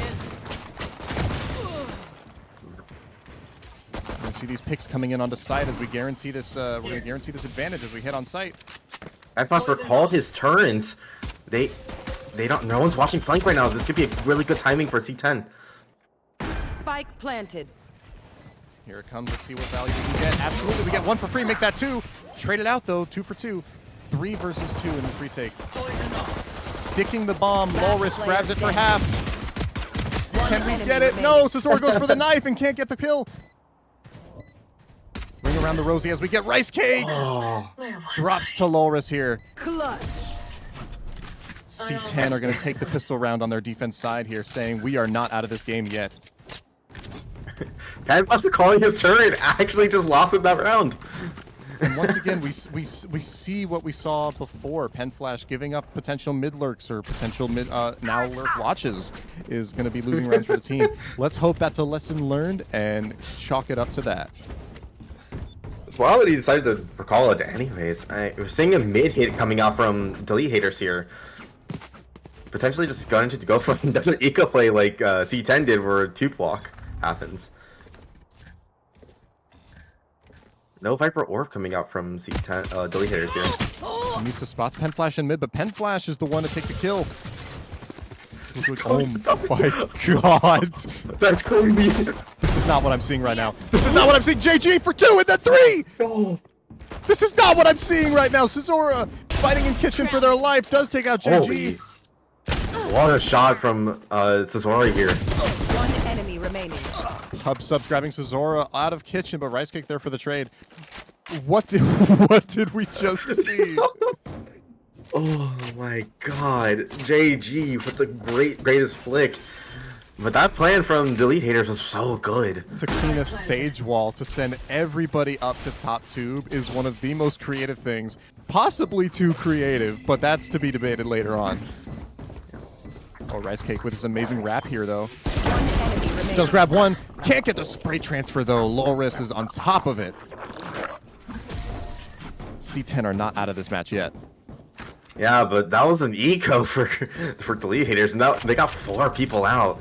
This is gonna be a really tough bonus from C10, and despite that, they're buying into it.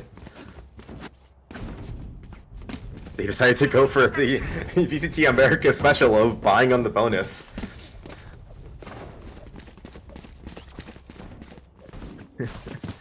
Alright, we're seeing another B hit here with a potential KJ lurk onto A.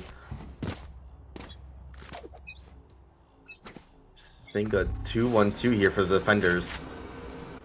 All right, we see the classic drone to clear out the B main space here. Gonna get some valuable information here, but doesn't spot I being holding behind yellow. That Dizzy's not gonna get any value for the trouble, though.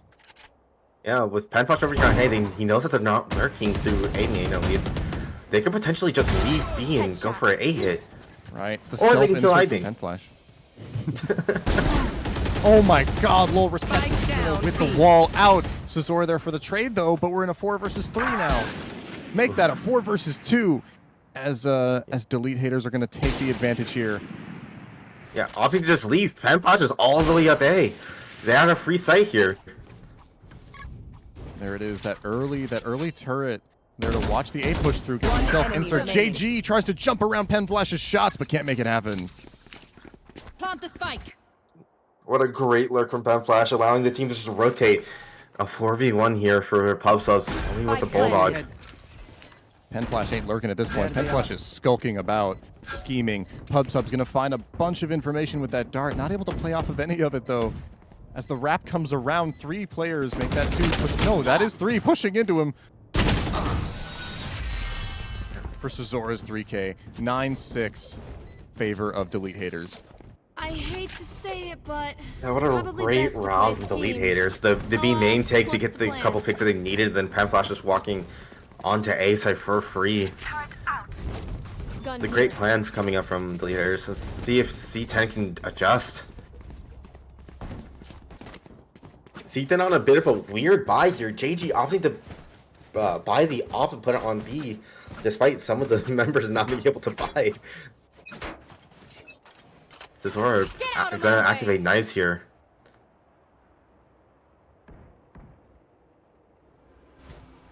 See what JG can get here with the op. Yikes. My ult's ready. Peeks out, gets crazed. Gets traded out by Zora. Give me the blocking sight. Zora able to get 2 on yellow here. What an amazing entry from Cesora. Rice Cake there in mid, grabs another one, making this a 4 versus 2. Pen flashes a lurk, getting all the value it could ever ask for. That's not a lurk at that point, he just ran off the site. Spike planted. Also, it's trying to see what picks he can get. Lotus gets one in the flank. Punishes the jumping peak from Cesora.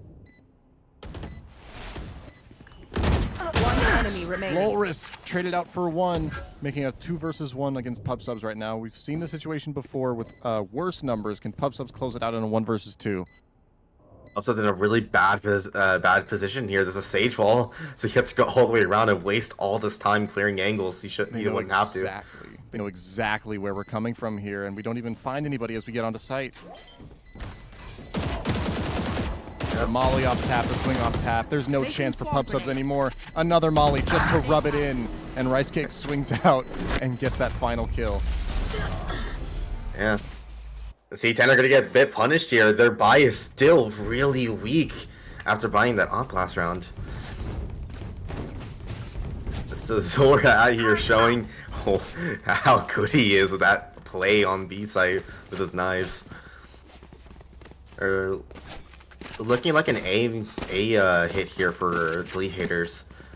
They're gonna run into the 3 stack here though. Placing alarm bot. See how C10 can react to this A hit. Here.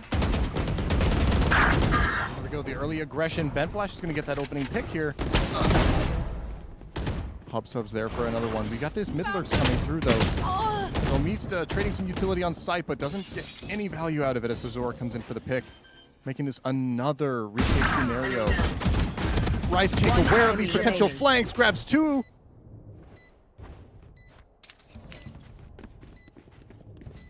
And with that, it's a 4v1 for pub subs yet again. He's about to get knifed here. Oh my god, Pen no, Flash. Pen Flash, no! I got that in 4K. Not like this. Not like this. And we're just seeing here that, like, despite not being together for long, the lead haters have some really good synergy, especially with Rice Cake covering for the flank when they know that his Pen Flash has his util down due to being out of range. Absolutely, playing very, very strongly across the board for this team. Really well off of each other, but the individual plays are still there. Yeah. Seeing an op hack, naked off from JG. See if he gets a pick here. Didn't quite yet. Absolutely, though. Now the Christ swings out, grabs the kill for that. Never mind, make it 2! Onto Pen Flash. IGL down, putting us in a 3 versus 5. JG getting his worth out of this naked op here. And despite that, they're opting to try to go for the re-hit. There are still 2 here, and Lotus would have heard that jump from mid.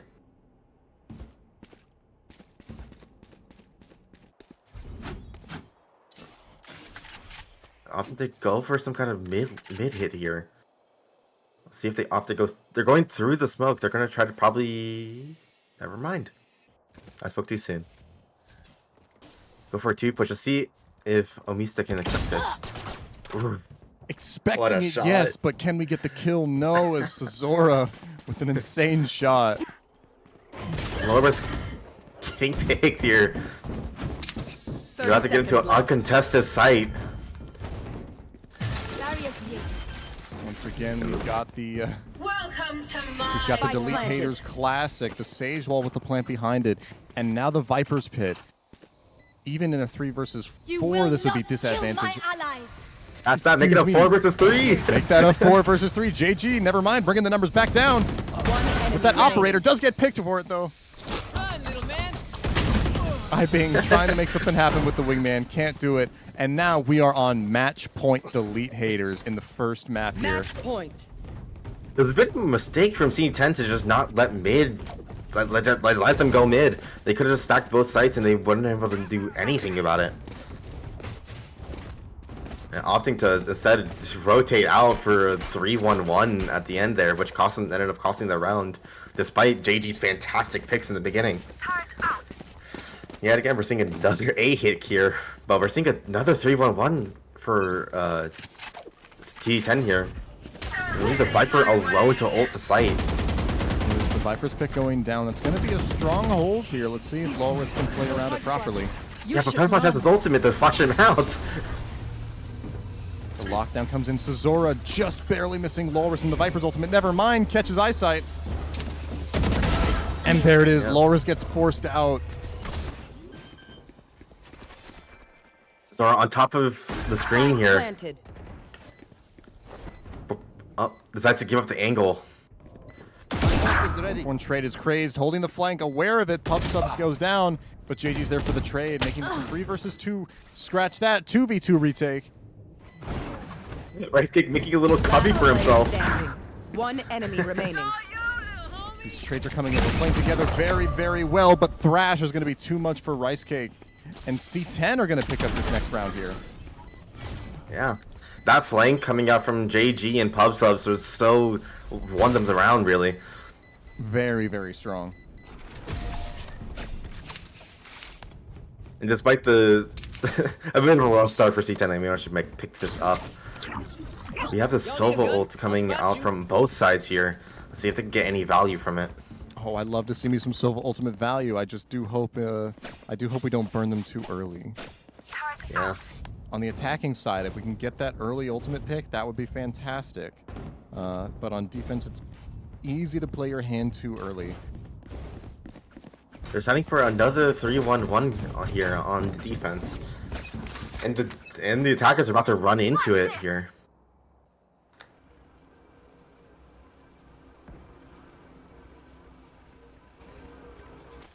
As the delete haters come in, they're going to meet C10 head on. Zora getting the pick onto JG. Zora's on a roll today. Oh my god. Zora's getting One his. down. My Both ult's Viper ready. players trying to get their picks. They do each get one, but Loris is the one to get traded out first as Rice Cake comes in. That flash in kitchen without them knowing. He's about to get the drop on Omista here. Do we have our Hunter's Fury and our Lockdown here? Can we get any value for it? Well, we do know that Pub Subs is playing very far away from sight right now. Does get pen One flash enemy pick. remaining. 3. Zora there to make this a 1 versus 2. Ah, the wall's gonna stop any plants that they could do Get out here. of my way.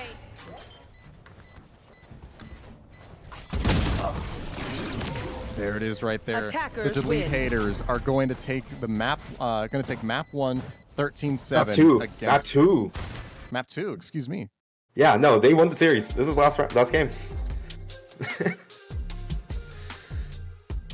W delete haters won map 1, 13-6 on Haven, and then they won map 2, 13-7 on Icebox. Absolutely insane game.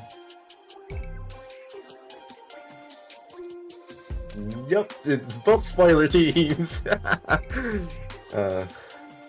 Hey, I can't. Okay, at least Penbotch's team made it through because I can't make fun of him anymore. I was hoping he wouldn't win because I wanted to make fun of him. Understandable though. We're seeing some saltiness coming out of Hippo in the chat.